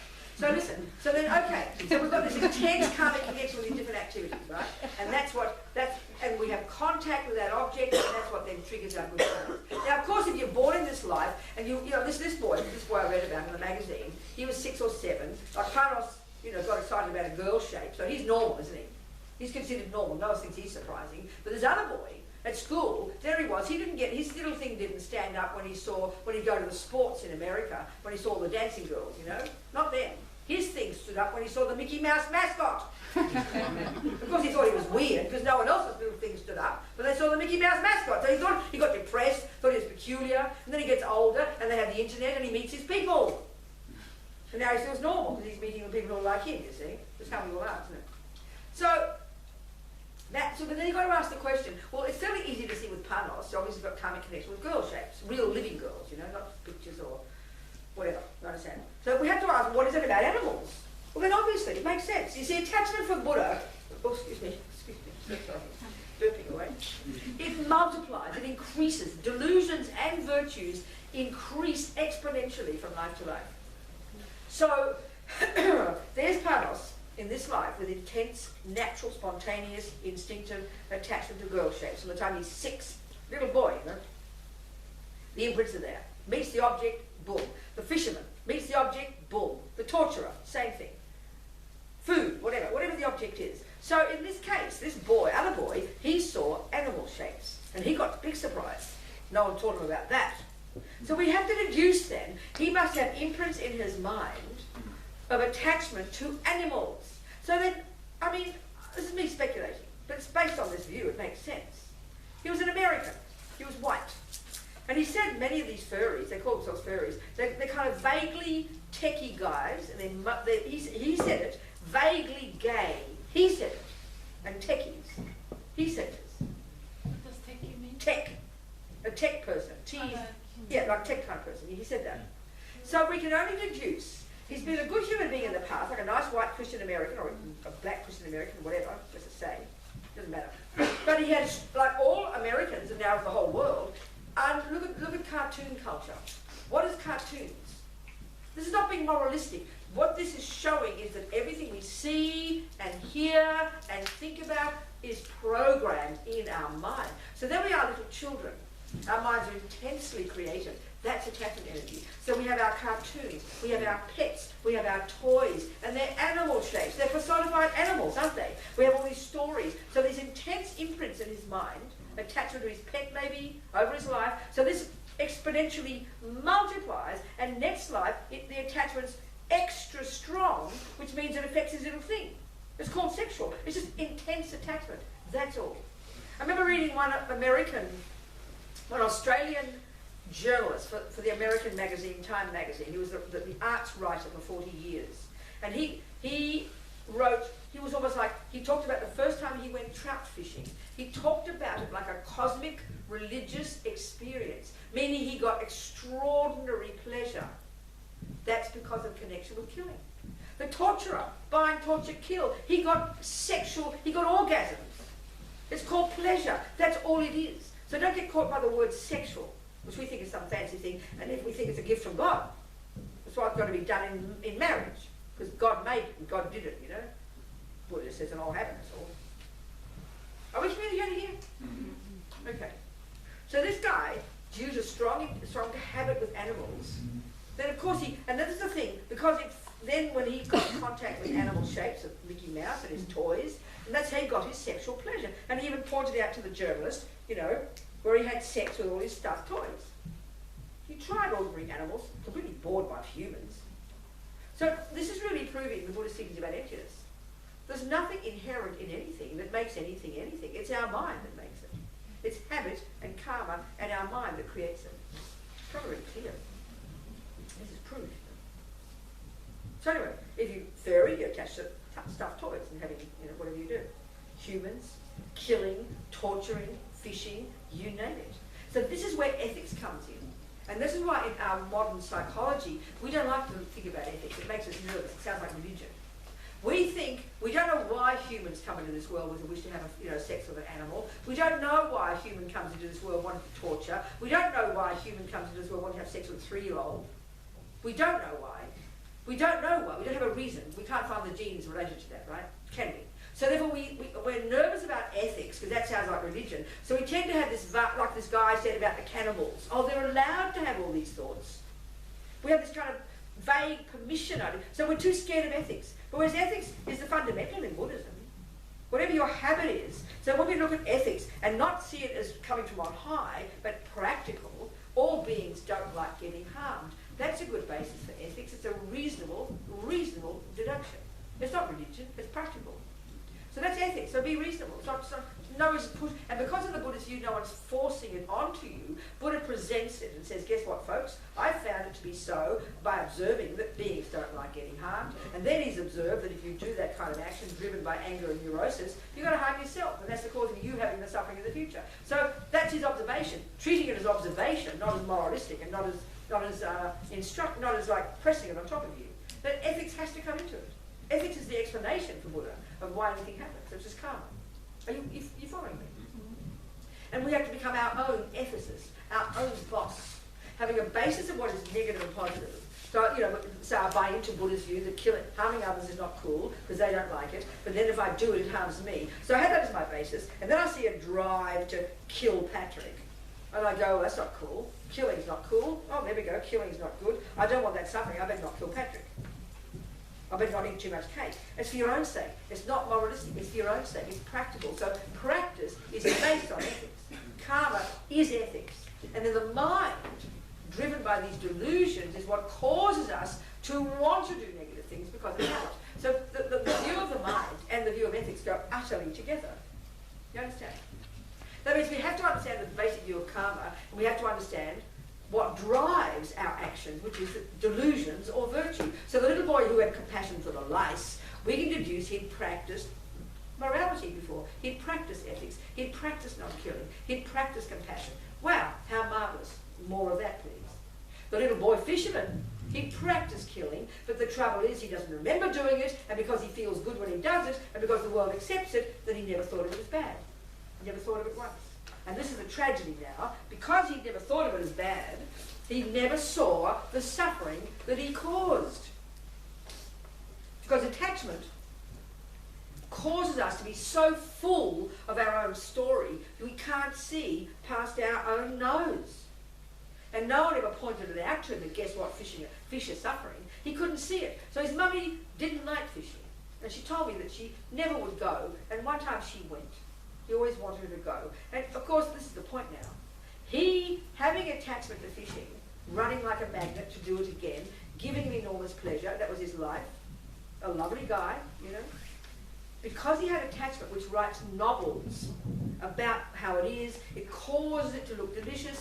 He would see these fish every single day in his boat, but he never saw suffering because all he saw was his own projection. That's what attachment does. It's like a honey-covered razor blade. It's so intense, you know. It creates its own fantasy. So he, a nice guy, he could never see suffering. Nothing was between her and the truth of the fish's suffering. This is why attachment, the torturer, he knew intellectually it wasn't cool. The world taught him that. But the attachment to doing it was so unbelievable. And we've really got to pay respect to this, because in the West we're just cynical. Now he can stop anytime he wants. Load of rubbish. You know, attachment's so unbelievably powerful, and the habit, karmically, is so unbelievably strong. It's like we are just driven by the power of our habits. That's why we've got to be humble about this and know how hard it is to practice, to change our old habits, you know.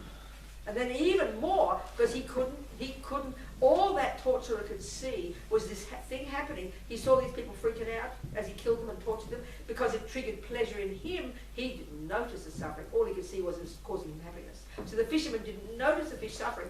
All he knew was he wasn't getting sexual pleasure. He just felt good. So even I remember watching on the television one time one Inuit, you know, Eskimo they're called, Inuit, where they bash the baby seals to death. It's their culture. And he was almost in tears, upset at these mean animal rights people criticising him and his culture. This is what my family have done for centuries, he said. So basically, anybody with half a brain, much easier than fish, you can see that seal is not happy. Fish don't make any sound. Fish don't have legs. They can't jump out of the boat. Fish don't have red blood, it seems. Maybe they do, I don't know, but they don't seem to, you just see this flapping body, that's all you see. You don't hear a sound coming out of their mouth. The baby seal is squealing, the blood is spurting. But this guy, because of karma and habit and attachment and culture, he literally was as blind as a bat. He couldn't see suffering. This is the tragedy of attachment. And that's why it blinds us in our relationship. If he's off there sleeping with other girls, and I'm as completely as blind as a bat, I can't see that. I have no idea what's going on, because attachment makes up its own fantasy. Everyone else knows he's cheating on me, except me, because attachment blinds me. That's the killer about attachment, and it's a honey-covered razor blade, because it looks like virtue. It looks like nice, because it makes you feel good and makes you happy. It's really tricky, one. It's quite intense. So, in this hierarchy of these negative ones, you know, positive, negative, neutral. These are the negative ones, the cause of suffering. And there's like a hierarchy of them. There's many, many, many of these states of mind. But I mean, they just have to mention a couple, enough to almost understand all human beings. I mean, it's a bit more subtle than that, but it's pretty much. The root delusion, the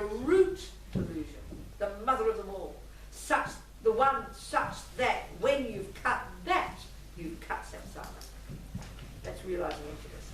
The root delusion is called ego grasping, colloquially.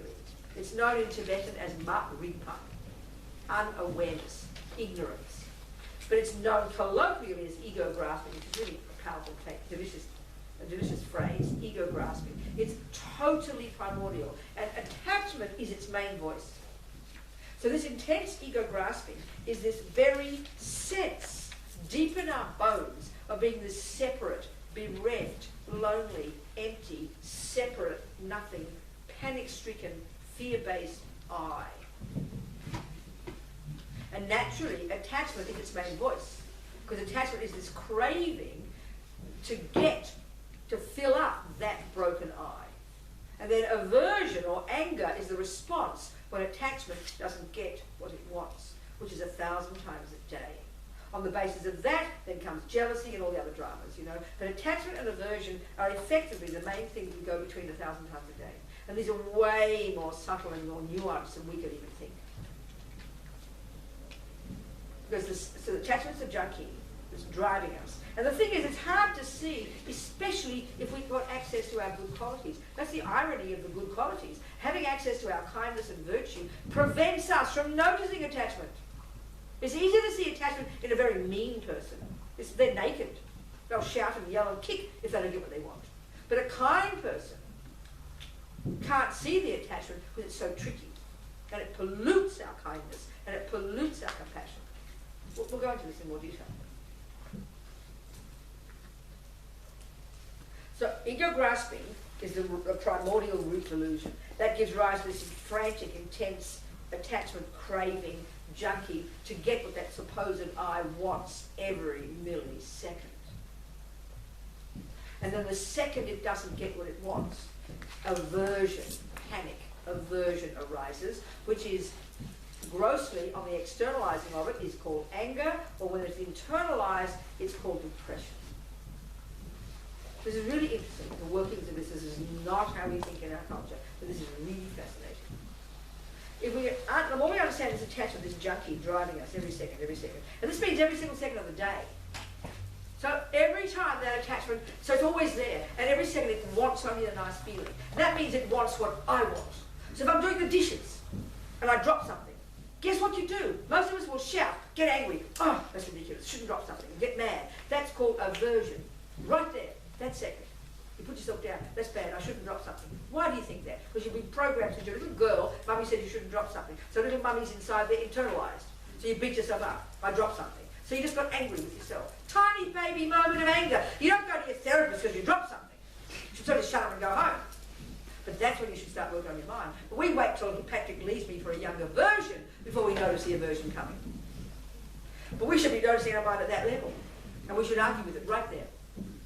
Are you sort of hearing me? Yes. The tiniest thing can happen and we get upset. We have polite words for anger. Irritated, annoyed, upset, frustrated. They're polite words for anger, and they're the response when your attachment, the junkie in us, doesn't get what it wants, which is really, but it's subtle level. You're not walking around like some junkie. It's subtle. It's constant. You know? So I used to practice, I used to practice, if I drop something, you know, you notice the mind getting angry, I say, well, drop another one, it's all right, just drop another one, doesn't matter. Drop a second thing. It's okay, girl. And I mean that sincerely. But we're all trying to be good girls. And this is where the deepest attachment, he mentioned the word before, this weird phrase that Tibetans use, the 8 worldly dharmas. All it is attachment at a much more primordial level. And the deepest, most primordial of this attachment, more than for sex, more than for drugs, more than for anything, is attachment to being seen as a good girl. Even more simple, it's almost embarrassing, is attachment to being liked. Attachment to being approved of. Meaning this is pointing to the depth of the depth of the suffering of this attachment, which is attachment is the symptom of a half a person. I'm nothing. I'm nothing unless I have something. I'm nothing if I don't have this. I'm nothing if I can't do that. I'm nothing if someone doesn't see me and tell me I'm a nice person. That's why we get lonely. That's why we feel depressed easily. There's people are not getting approved of every second. So meaning attachment is a symptom of a really low self-esteem person. Meaning when you've got masses of attachment, you are a miserable, unhappy, lonely person. Because you don't think you're worthwhile until someone else says, hello, Robina, you're a nice person. Oh, I must be a nice person. And we don't think we are until you say it. And then if we've really got self-loathing, you'll tell me you think I'm nice, and I'll go, no, I'm not. But I'll beg you to say it again. So the worst attachment of all, the most primordial, the one that's running in our mind every single second, is the craving to be seen as a good girl or a good boy. And this one is driving us more than the others, more than the others, more than anything. So subtle. Since we're born. It's like getting the feedback, you know. But that's what and even our Western view of the mind is that we are social beings by definition. Well, Buddha says that's schizophrenic. No, we don't think we're anything until someone else sees us. We don't think we're anything until we have sisters and brothers and friends and neighbours telling us and feeding back to us. That's how deep our suffering of attachment is, Buddha says. So when we work on our own minds, it's like we're filling ourselves up and becoming who we really are. When you give up attachment, you are blissful. You are a blissful person, and you're loving and kind and empathetic and wise. You don't need anything, but you're a wonderful person to be around. You have great relationships. Because it'll be coming from a valid place, not from this fractured, broken-hearted place, which is how we are now. But attachment, you know, and this is the one since we're tiny. Since we're tiny, we've learned from Mummy how to behave. We've learned that we smile, Mummy smiled back. Oh, I did the right thing, I better do that again. We learn that Mummy says, don't do this. Oh, I better learn that. So we program, I better not do that. Or Mummy says I'm supposed to do this. Mummy says I shouldn't break anything. Mummy says I should do what the world says. I should be a good girl. This is our worst one. Most fearful. We don't have any authenticity. We're programmed with doing what we think God said, Mummy said, Daddy said, the police say, they say, he said, she said. And as long as we get seen the feedback, we think, I'm a good girl. Look at me. People are approving of me. And that's why we get devastated when they don't.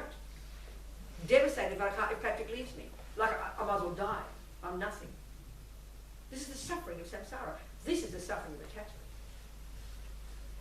It's being seen to be a good person, being stroked, being approved of, being liked. It's very bizarre to think this, because we think being liked is normal. We think it's normal to be liked.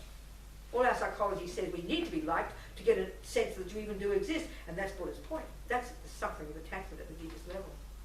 What do you say? To be liked? Liked. Just the simplest way to put it is we have a craving to be liked, don't we? What does it mean? To be liked. People like you. I like. Like, yeah. Okay. Yeah. Think about it. It seems so normal, it seems hilarious to think it's called suffering, isn't it? Do you understand my point? Why do people get lonely? Think about loneliness. Loneliness is having no one to share our thoughts with, isn't it? No one to share our life with, to be seen, or even, different people have different loneliness in different ways. Some people, but it's mainly, I think, this feeling of being alone, which means you've got all these thoughts. But look at us. They're not valid, are they, until someone else hears them. It's very bizarre, you think about it. You've got to ask, what is it about my thoughts that are so horrible that if I have them on my own, they're worthless. But when Patrick hears them, then suddenly they come alive. It is fascinating. You've got to say it's fascinating. Can you hear me? But this is what we call normal. This is attachment, okay? Very fascinating, isn't it? This doesn't mean you give up caring about people. That's not the point. That's why that monk at Courtin was considered autistic. Because he didn't look very social. He never smiled, because he was intensely humble and blissful in himself. Kind, compassionate, only thought of others, and brilliant mind. But he looked like he was lonely. He looked like he was sad and didn't look at people. He had no social skills, because he didn't need people. There's a little girl in Scotland who's an Estonian mummy and a German daddy, who's been, since a tiny girl, been recognised informally as another reincarnation of Geshe-la Contra, was amazing yogi, one of our lamas. Not formally, but she has been in a sense. Since she was tiny, she recognised herself. She saw these photos of Geshe-la Contra, and she said, that's who I am, she said. So that she met the lamas, and she's an amazing little girl. She's a humble kind, not like the wild boy I mentioned. There's quite a few girls around now. But she looks like kind of, no social, in a sense. She's quiet, she's unassuming, but she's completely internal. She's this blissful little being, completely blissful and happy. But not like a normal child, who gets upset and fights and then makes up again. We consider that normal. No attachment. Fulfilled, blissful. No attachment doesn't mean you're like some kind of boring person. No attachment means you're full of contentment and bliss and full of love and compassion.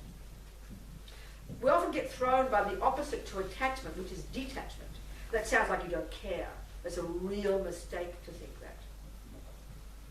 The more you give up attachment, the more connected to others, the more loving you are.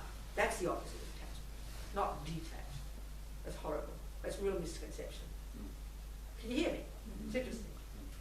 Because attachment cuts you off from others.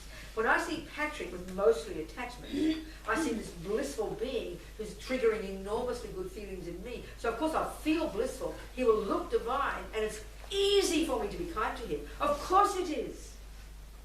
I'm not being horrible here. Of course it is. I'm dying to touch him and look at him and taste him and smell him, aren't I?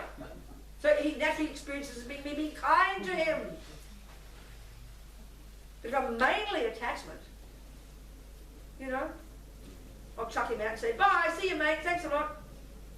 Which is how girls always felt by boys using them, you know. Do you understand this idea when I was younger? Boys would be so nice, you think they liked you, they just want to get in your pants and so on. You understand, like Mr. Trump. Do you see this latest, this gorgeous Fiona Apple? I saw it on the newspaper. There's this chant that she wrote. I should play it for you, it's hilarious. Let me play it for you, about Mr. Trump. You know how he grabs ladies by the pussies? He said that. Remember? He said that. Okay. She got this little. All the women in the demonstration today in America are playing it. I'll play. It's hilarious. I'll play it for you. It's wonderful. I'll find it for you. This little 1 minute chant. There isn't. I have to find it. I'm sorry.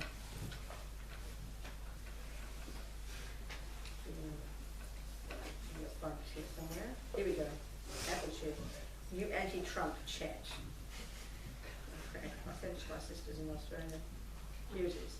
And it's just this 1 minute, and it's something like, keep your tiny hands out of our underpants. Something like that, you know, it's one chat. Interspersed with Trump's own voice saying, grab him by the pussy, grab him by the pussy. It's great. You listen, it's great.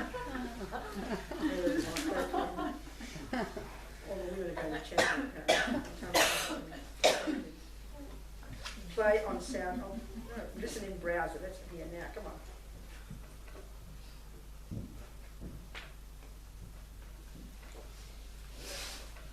Tiny hands. Women's march chant. Oh, can you grab him by the pussy? Grab him by the pussy. Can you hear it?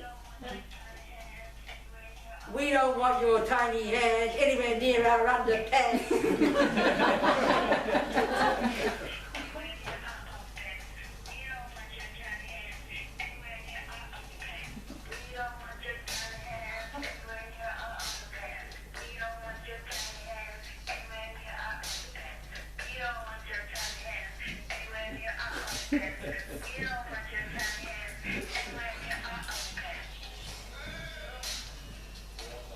Grab by the pussy. Grab by the pussy. Okay? Isn't that great? Oops. Why did I bring that up? Why did I mention this? Attachment. Was it attachment? No, we're talking about loneliness. That's right. That's right. Grabbing Patrick. That's right. Being nice to him and thinking, oh, yeah, girl. That's right. Boys jumping into bed with you, think you like them. That's right. Because naturally, when I'm kind to Patrick and he's smiling and I'm smiling and I'm stroking him, of course he thinks I like him. He's blissed out, and then I just get into his pants and I'm gone.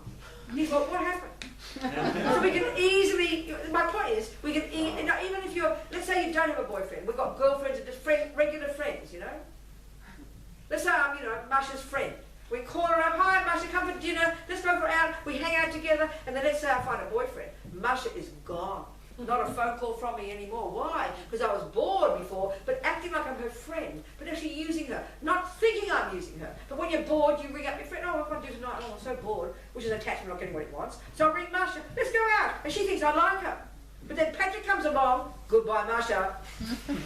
We're mean to each other because of attachment. We drop each other like hotcakes, we're mean to each other, we talk about behind our backs, we're jealous. That's attachment, it's attachment. And it causes all the suffering in our lives. But it's a honey-covered razor blade because it looks like kindness. Do you understand? It's so tricky to see it. What is kindness then? Huh? Good, that's under the positive heading. Fantastic, thank you. Because I'm waiting for the point when you're going to tell us that we do need some coexistence. That's called virtue. That's called virtue. Okay. We don't need some coexistence. We don't. No, that's the point. It's too shocking to hear. We don't. That's the point. I don't need other people. No, we don't. That's the point. But hear this carefully. Don't get shocked. Try and hear. This is why Buddha's point is so shocking. To say this, it sounds shocking, but try and hear my point. So if you're on this path 100% serious, 100% jump in the deep end, you would give up sex, drugs and rock and roll. You would become a monk or a nun. You would go to the mountains. You would naturally control your body, speech and mind. You will not need much food or people or things because you really want to work on your mind. You have this incredible drive, this blissful wish to get the hell out the fuck of samsara, excuse me. You're really driven by this. You've gone beyond attachment. You then get single point of concentration. You get some realizations. You give up attachment. You develop immense love, and now you're going to come down the mountains and have fun. Now you can be around sentient beings and be kind and compassionate and funny and wonderful, the best human possible. And you don't need any more, but you're there for compassion. That's the scenario step by step. So 99.99% of us won't do that. We do it gradually. That's why I'm trying to be so clear in distinguishing these different qualities. When we look at the delusion, you see, that's exactly the Western view, and we can't bear hearing this. It sounds too shocking. In fact, we can't even hear it. It sounds so shocking. We don't, as you just said, we don't need people. Delusions are what cause us to need each other. Virtues, okay, if you can imagine yourself doing this path, and you can imagine how you'd be if you didn't have attachment and anger and depression and jealousy. Can you hear my words simply? If you can imagine that, if you didn't have that because you've given it up, you've got to ask the obvious question, how would you be? You'd be joyful, you'd be content, you'd be funny, you'd be an ordinary person, but you'd never get unhappy, you wouldn't get depressed, you wouldn't get jealous, you wouldn't jump on people, you'd be blissful. On your own, you're blissful. With others, you're blissful. And you exist for others now in a compassionate and wise way. So this is why this is so outrageous to hear it. We can't put it together because it doesn't sound like we talk. Can you kind of hear me a bit? It's good what you're saying, so please answer. Yes, I hear really you. powerful. And I think I want to do a shortcut. I want to keep... Shortcut? Which way is the shortcut? I want to cut out the part where I'm living by myself. Yeah, well, you are. You're doing that. But then don't. That's you are doing that now, being in a world. But that means you won't give up attachment. You can try though. We can. Yeah. Okay, listen, darling. If you want to be like Federer, you can't play tennis once a week, can you? You get what I'm saying here? Yeah. If you really want to be Federer, the top dog in tennis, you've got to sacrifice your life, give everything to tennis, and do it 100% every day. We all get that. Most of us won't want to do that, so most of us want to fit tennis in without eating and sleeping and going to the toilet and having a boyfriend. So it's just a question of degree. Any of us want, that's all. It's just a question of degree, darling. But the Buddha's saying we can all go on this path. You can practice tennis once a week, and maybe in 14 lifetimes you become Federer. It's okay. Each of us has to do what we can according to our capacity. We've all got this potential. If we are seriously trying to practice, we practice according to our capacity. So it's not a shortcut. You're not doing a shortcut. That's the shortcut. This one is doing it slowly, gradually. So most of us who are attempting to practice are doing it like that. We get the best of both worlds. We've got to keep eating and keep having, well, sex, that's up to you, not me. I'm picking that one up. So you do it according to your capacity. So you have the wisdom that sees your own mind, you try to behave nicely, you live in vows, and you attempt to give up attachment to the best of your ability, according to your capacity, darling. It's a question of degree. It's not either or. So you're doing that, but it's not a shortcut. It's a slow cut. It's a slow one, but that's okay if you know what you're doing and you do it according to your capacity, one step at a time. You're still doing the same work as Federer, but more slowly, interrupted by other things. You get my point? I do.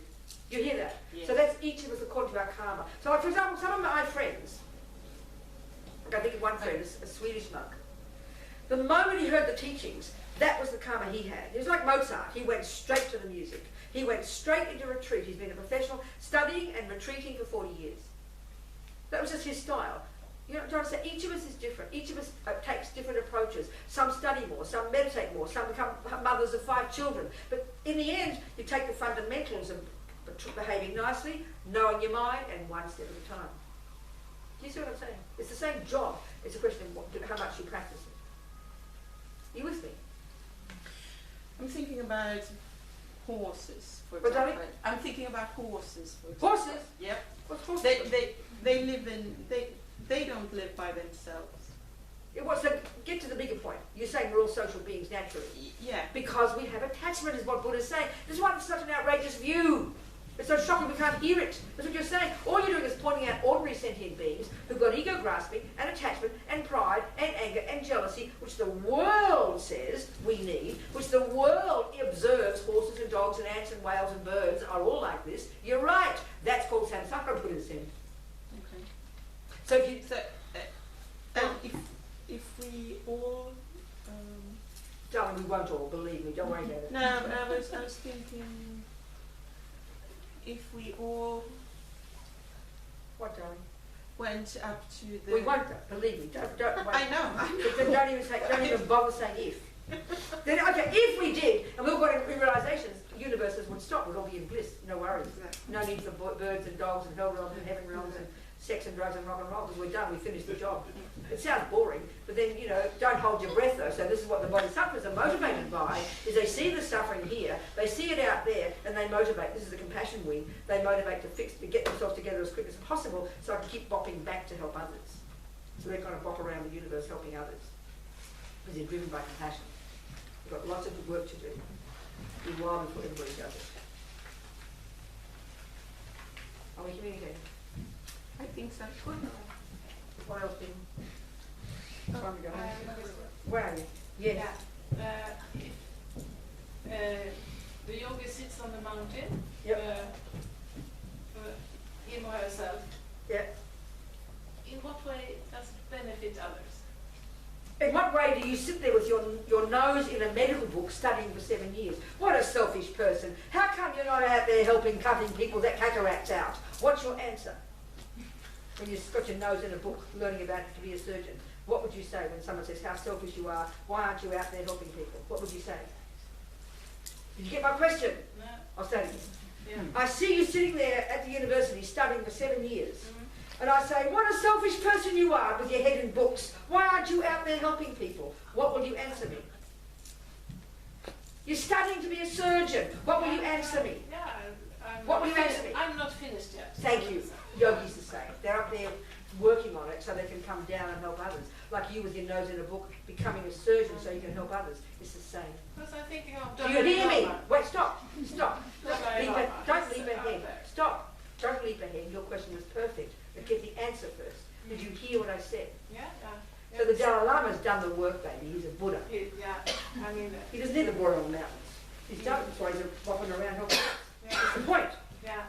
So we do it's incremental. Maybe you do a bit of mountain, you do a bit of study, then you come down and help. Then you want to get another degree and another degree, so you've got to go back into your books again. So you can keep helping more.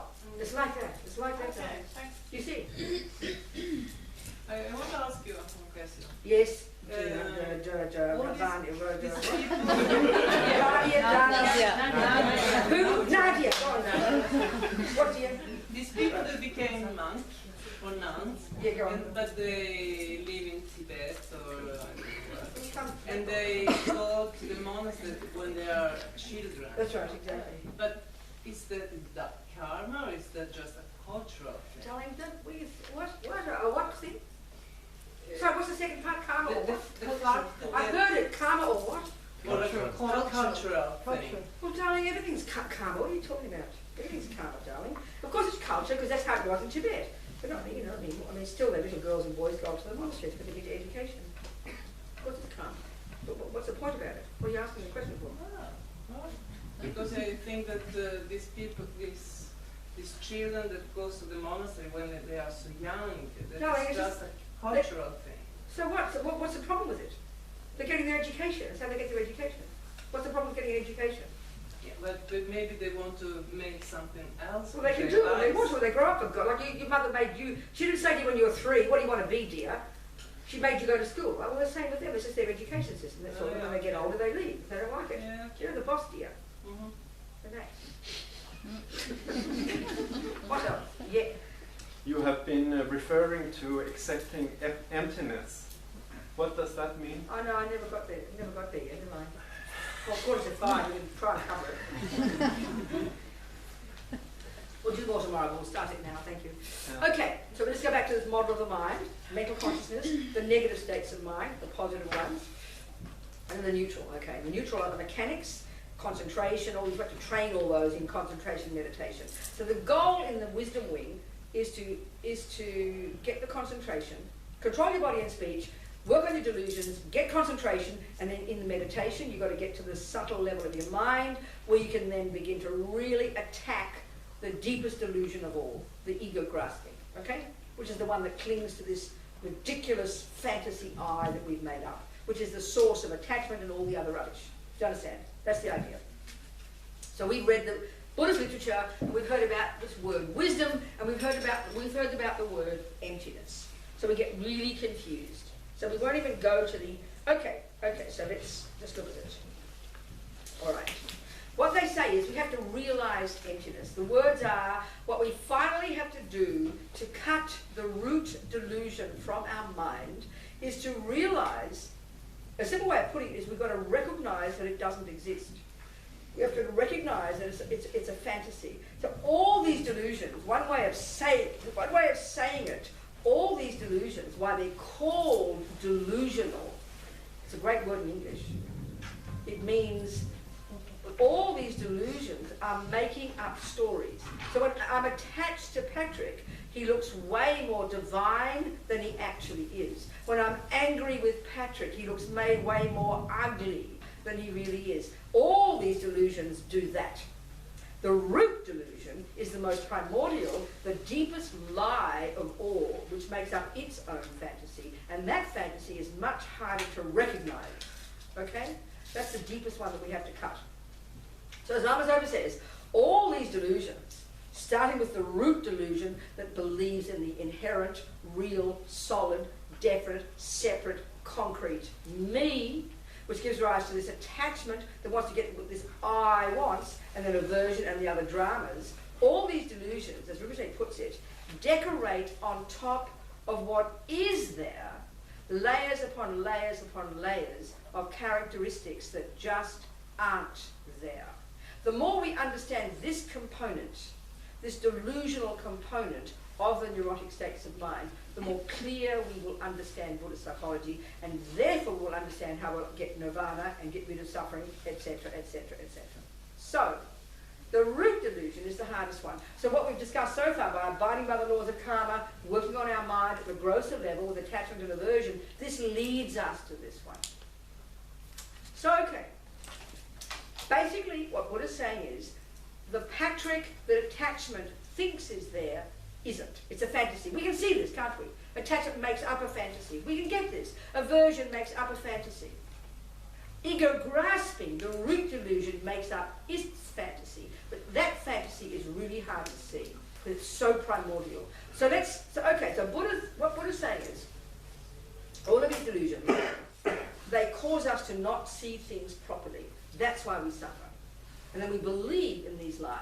We believe in these lies. And this keeps us in samsara. Okay, so he's saying, in relation now to this emptiness teachings, he is saying everything in the universe, we see everything in the universe through the filter of this ego grasping that causes everything in the universe to appear wrongly to us in the very specific way that this one works. And this is where it's abstract. This ego grasping, what it causes things to appear as, is as existing from their own side. Independent, inherent, intrinsic. And this is where it gets abstract. This is where it gets abstract. We can hear that attachment makes him look more delicious, but to hear that attachment, the ego grasping, informs the attachment and makes delicious Patrick appear to exist out there from his own side, not depending on anything else. This is where we get confused. So let's unpack this. Okay, one way of framing this is in the terms of what they refer to as the two truths. There's conventional truth and ultimate. Ultimate or just final. There's the way things exist conventionally, then there's the way things are ultimately or finally. The shorthand for ultimate is the word emptiness. The shorthand for conventional is the term dependent arising. Let's just unpack things, okay? So what Buddha's saying is this: the universe consists of trillions and trillions of different phenomena. Pretty obvious. Pillars, flags, lights, ceilings, carpets, chairs. I mean, it's never ending. We're making up new ones every day. I mean, who'd ever heard of an iPad, you know, prior to 2010 or whatever it first came out? It's a new concept. We make up things all the time. And that's fine, nothing wrong. We're looking at conventional reality. So the universe consists of trillions of conventional phenomena. So what Buddha's saying is, because of these delusions, as Rinpoche says, these delusions decorate on top of all those phenomena certain characteristics that just don't exist there. So again, the easy one is attachment decorates deliciousness. That's easy to see. Aversion decorates ugliness. Ego grasping decorates inherent existence onto things. And that's the tricky one. So now let's look. Okay, let's take a particular phenomenon called I. So the word I, the word person, and the word self are all synonymous. And we are a type of phenomenon. You know, when you study Buddhist philosophy, you learn there are various synonyms for that which exists. And this is a massively important concept because Buddha's saying he wants us to cognize that which exists. That's what we have to do eventually. Right now we're living in la-la land, cognizing phenomena that don't exist. Because divine delicious patrick that makes me happy does not exist. The divine delicious chocolate cake that makes me happy doesn't exist. Ugly, disgusting Patrick who causes all my suffering doesn't exist. Patrick does, but, you know, so subtle. So we're putting all rubbish on top. So ego grasping is the key problem, the biggest lie, the subtlest, the most primordial, the most pervasive, and the hardest to recognize. So what is it projecting onto things that doesn't exist there? That's the hard part. Okay, so if we take so we've got various phenomena. Phenomenon, object, established base, existent. All these are synonyms for that which exists. And the definition of an existent, for the Buddha, is that which can be cognized by mind, a valid state of mind. So it's axiomatic in Buddhism that that which exists is that which can be cognized by mind. So this is where mind is so central. There's some absolute truth up there made by God, you know. So, okay, let's look then. There's one phenomenon then called I. We are a type of phenomenon called a person or a self. We're not a chair, we're not a thermos, we're not a toilet, we're a person. Okay, so this ego grasping causes all of us to cling, to believe in the person, the chair, Patrick, whatever, as having this particular existence that it doesn't have. This particular quality that this ego grasping decorates on top of things is called inherent existence, independent existence. So this ignorance causes us to believe that everything exists inherently. Now, of course, we didn't think we thought that. Who's ever thought they thought things were inherent? I mean, huh? So you've got to even learn what that means first. So what he's saying is this: let's take the phenomenon called I. So there are three. The dependent arising is the conventional. Things exist in dependence upon many factors. And we can summarize that into three levels. The first level is that I exist in dependence upon, in fact, countless causes. Way back, you know, causes and conditions. They all come together and the I is the product, the result of many causes and conditions coming together. That's a really powerful meditation, number one. Let's go to the second one, which is really tasty. The second one is this I, all phenomena, pillars and toilets and mugs and persons, exist in dependence upon their parts, their bits and pieces. It's sort of obvious. Everything's made up of bits and pieces. We know that. Everything consists of many parts. And this is a crucial thing to comprehend, although initially it sounds kind of boring. So this is the point now. We'll get to the point. Buddha's saying this. Everything, first of all, exists in dependence upon causes. The second one, more subtle, everything exists in dependence upon its parts. He says you won't find anything there that isn't apart from the parts, because something is nothing other than the coming together of those parts. But this is the point he's saying now. Now we get into it. He says, because of this ego grasping deep in our bones, this primordial delusion that underpins all the others, that is the source of all suffering, all dramas, such that when it's cut, we begin to get out of samsara for the first time. That this ego grasping causes us to believe 1,000,000,000% every second, that there is among these parts, get your parameters clear, it's here, this is not a part of me, is it? There's a me, Robina, and she's made of bits and pieces. The bits and pieces are called mind and body. And we all know the mind has many parts. The thoughts are the parts of the mind. The thoughts, not the brain, the thoughts. Many thoughts. The body has got many parts, hasn't it? The knee, the foot, the nose, the muscles, the ligaments, millions. In fact, you really start to list them all, the millions of parts there. So, ignorance causes us to believe that among all these parts, we believe 1,000,000,000% that there is a part, special part, the boss part, that runs everything else. And that part is called I. We believe that without question. It's so assumed in our bones that it sounds ridiculous to even argue with it. And Buddha says, what a load of rubbish. And this is not the subtlest understanding yet. This goes even more subtle. So the key words to understand here are these simple words. One word is independent and dependent. This has massive meaning in Buddhist philosophy that are really, and it's ordinary, it's reality, it's not a fancy. You'll see. We'll discuss it. We'll look at it. Okay. That I have a microphone, a table, and an iPad. Okay? Now, that's a statement coming out of my mind. Would you agree? It's a series of thoughts expressed as words. So it's very helpful, isn't it not, that when we communicate, the words that a person says, we should be able to prove that they're true. That does help in life, doesn't it? Do you understand my point? That's called reality.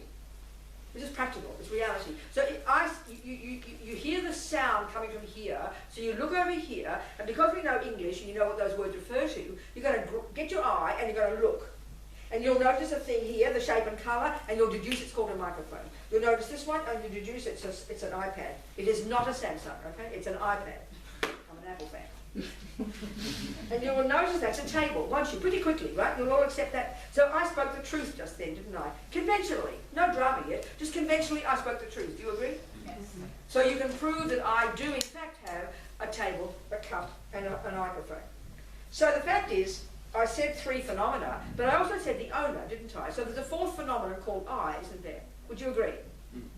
Now, for that to be a true statement, simple math, it's a simple math, you have to point out four separate phenomena, don't you? There's got to be a Robina, isn't it, that isn't the table or the microphone or the iPad. Would you agree with that? It's sort of obvious, isn't it? There's got to be an iPad that isn't the microphone or a table or a Robina. You get my point here? So basically, I make a simple, ordinary reality says if you make a statement, and you've got to point out four things that are separate or independent of each other. Can you hear those words? So when you study Buddhist philosophy, you go to great depth about the meaning of dependence. There's many levels of it. But here, it simply means separate from. Separate from. In other words, the iPad could go away and Robina's still fine. Or her attachment might get upset, but you understand. Do you understand? The table can fall apart, but the microphone, well, hopefully the microphone will still work. But essentially, independent here means separate. Means they don't depend on each other to exist. Can you get that? It's a pretty simple phenomenon. It's a reasonable thing, isn't it? Okay, now listen to this statement. I have a nose, a hand, and a foot, don't I? You can see it pretty quickly. Look. There's my foot, my nose, and my hand. Can you accept? Yeah. Pretty quick, isn't it? Now, this is conventionally, this has to be, if we don't analyse, it's a good enough statement. But the Buddha says we have to analyse because we've got some misconceptions here. We have to analyse it, we've got to go deeper. So, for this to be a statement conventionally, it's got to be the same as the other statement. You've got to find 4 phenomena, each of which is not dependent on the other. Now, my foot does not depend on my hand. I can cut it off and I can still work with my hand. Would you agree? Yeah. Simply speaking. Yes. My nose will work fine if my hand and my foot are gone. Do you agree with that? Yes. And the other way around. Right? Now, the 4th phenomenon was called what? Right. So the same thing. We have to find an eye that doesn't depend on the nose, that doesn't depend on the foot, that doesn't depend on the hand, and indeed doesn't depend upon the anger, the jealousy, the love, the hate, the pee-pee, the caca, the ligaments, and all the other bits and pieces. Now, we believe there is one. Christians call it a soul. The Hindus, after their amazing hard work, came up with the conclusion that there is a piece called an Atman, a self. Ever so subtle. Many of the Buddhist schools would say you will come to a conclusion there has to be something there that you can label an I. The view here, coming from all of our lamas, which is the Prasangika Madhyamika view, the middle way view, that there can't be such a thing. Because if there were, you could point it out. It has to be separate from the hand and separate from all the other pieces. Now, our language totally expresses this every single second, you know. It's time to go home. Got to continue tomorrow. It expresses it every second. I have a nose. Patrick loves me. He harmed me. I did not do that. How dare you say this? I mean, listen to our language and listen to the feeling. This is what they learn this for 40 years and they go meditate for another 40. That's why you've got to go to the mountains in the end to get this one. With single point of concentration. Buddha says you will not find a single tiny atomic piece of anything. And this is the point. That is separate from the rest. And this is the point. If you will find another piece called I, then the mind won't mind. Because they're separate. The foot and the hand work individually. Well, the mind and the self will work individually. So when the mind is angry, the self won't mind at all. If they're independent, this is logical. But what you see, Buddha is saying there is a self, but it's existing in dependence upon the parts. Look at this. You know, where's my cup? I haven't got a cup with a handle. I've got it here, sorry. I've got a glass here, right? Do you agree it's got a base? Do you agree the glass has got a base? Well, how can you find the glass that isn't the base? Where's the glass that hasn't got a... Where's the glass once you take the base away? There's no glass, is there? So where's the glass separate from the glass around the side and the base? Where's the glass? It's the same thing. Glass does exist, but only in dependence upon the parts. You won't find a separate glass that owns the parts. It's the same here. It's the same. It's logical. You won't find a Robina that owns the nose and the mind and the anger and the love and the jealousy. But we think there is and we act as if there is, which is why we're all so crazy. Are we communicating here? I mean, we've got to go to tomorrow morning, tomorrow night or something. I don't know when, next year or something. Whatever. So it's just food for thought to start. And so emptiness is simply 5 minutes more, okay? You got 5 minutes more? Yeah. Okay. So the word emptiness is referring to all this process, but we haven't said it yet purposely. So now to stop that and let's look at the word emptiness for a moment. It's not complicated, but we make it complicated. I might go, oh, my cup's empty. Now we know what that means, don't we? That there is a cup that lacks tea. Would you agree? Yes. We might look in the room and go, the room's empty. We might look in your bank account and say, oh God, my bank account's empty. So we know what all we're saying is there is something that does exist called a cup that lacks something else. You agree? You accept that? Well then, okay. So then away, okay, so good. Another example, let's say this iPad, let's say what's your name? Martin. The one who asked me. You asked me, didn't you? What's your name? Martin. Martin, let's say he's colourblind. say he's colourblind, and he sees pink every time black is presented to him, let's say. So clearly he's made a mistake, isn't it? From the conventional point of view, this is not pink, is it?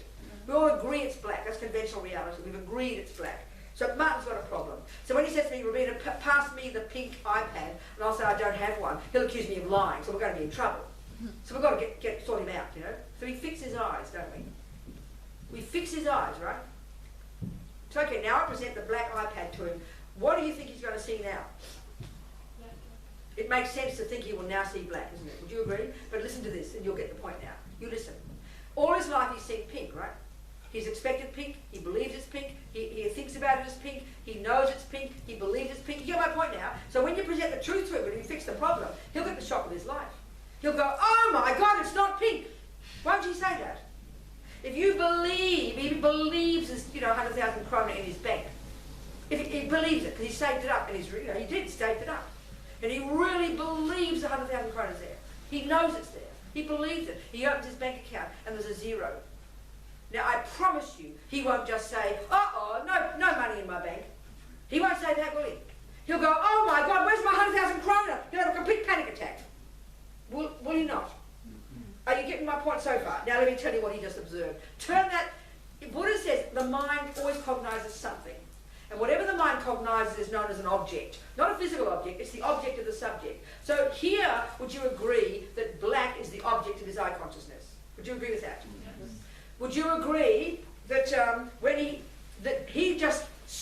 when he said, oh my God, it's not pink, turn that into a phenomenon that is the object of his mind, not his eye consciousness, but his mental consciousness, and that's called the absence of pink. Do you get that?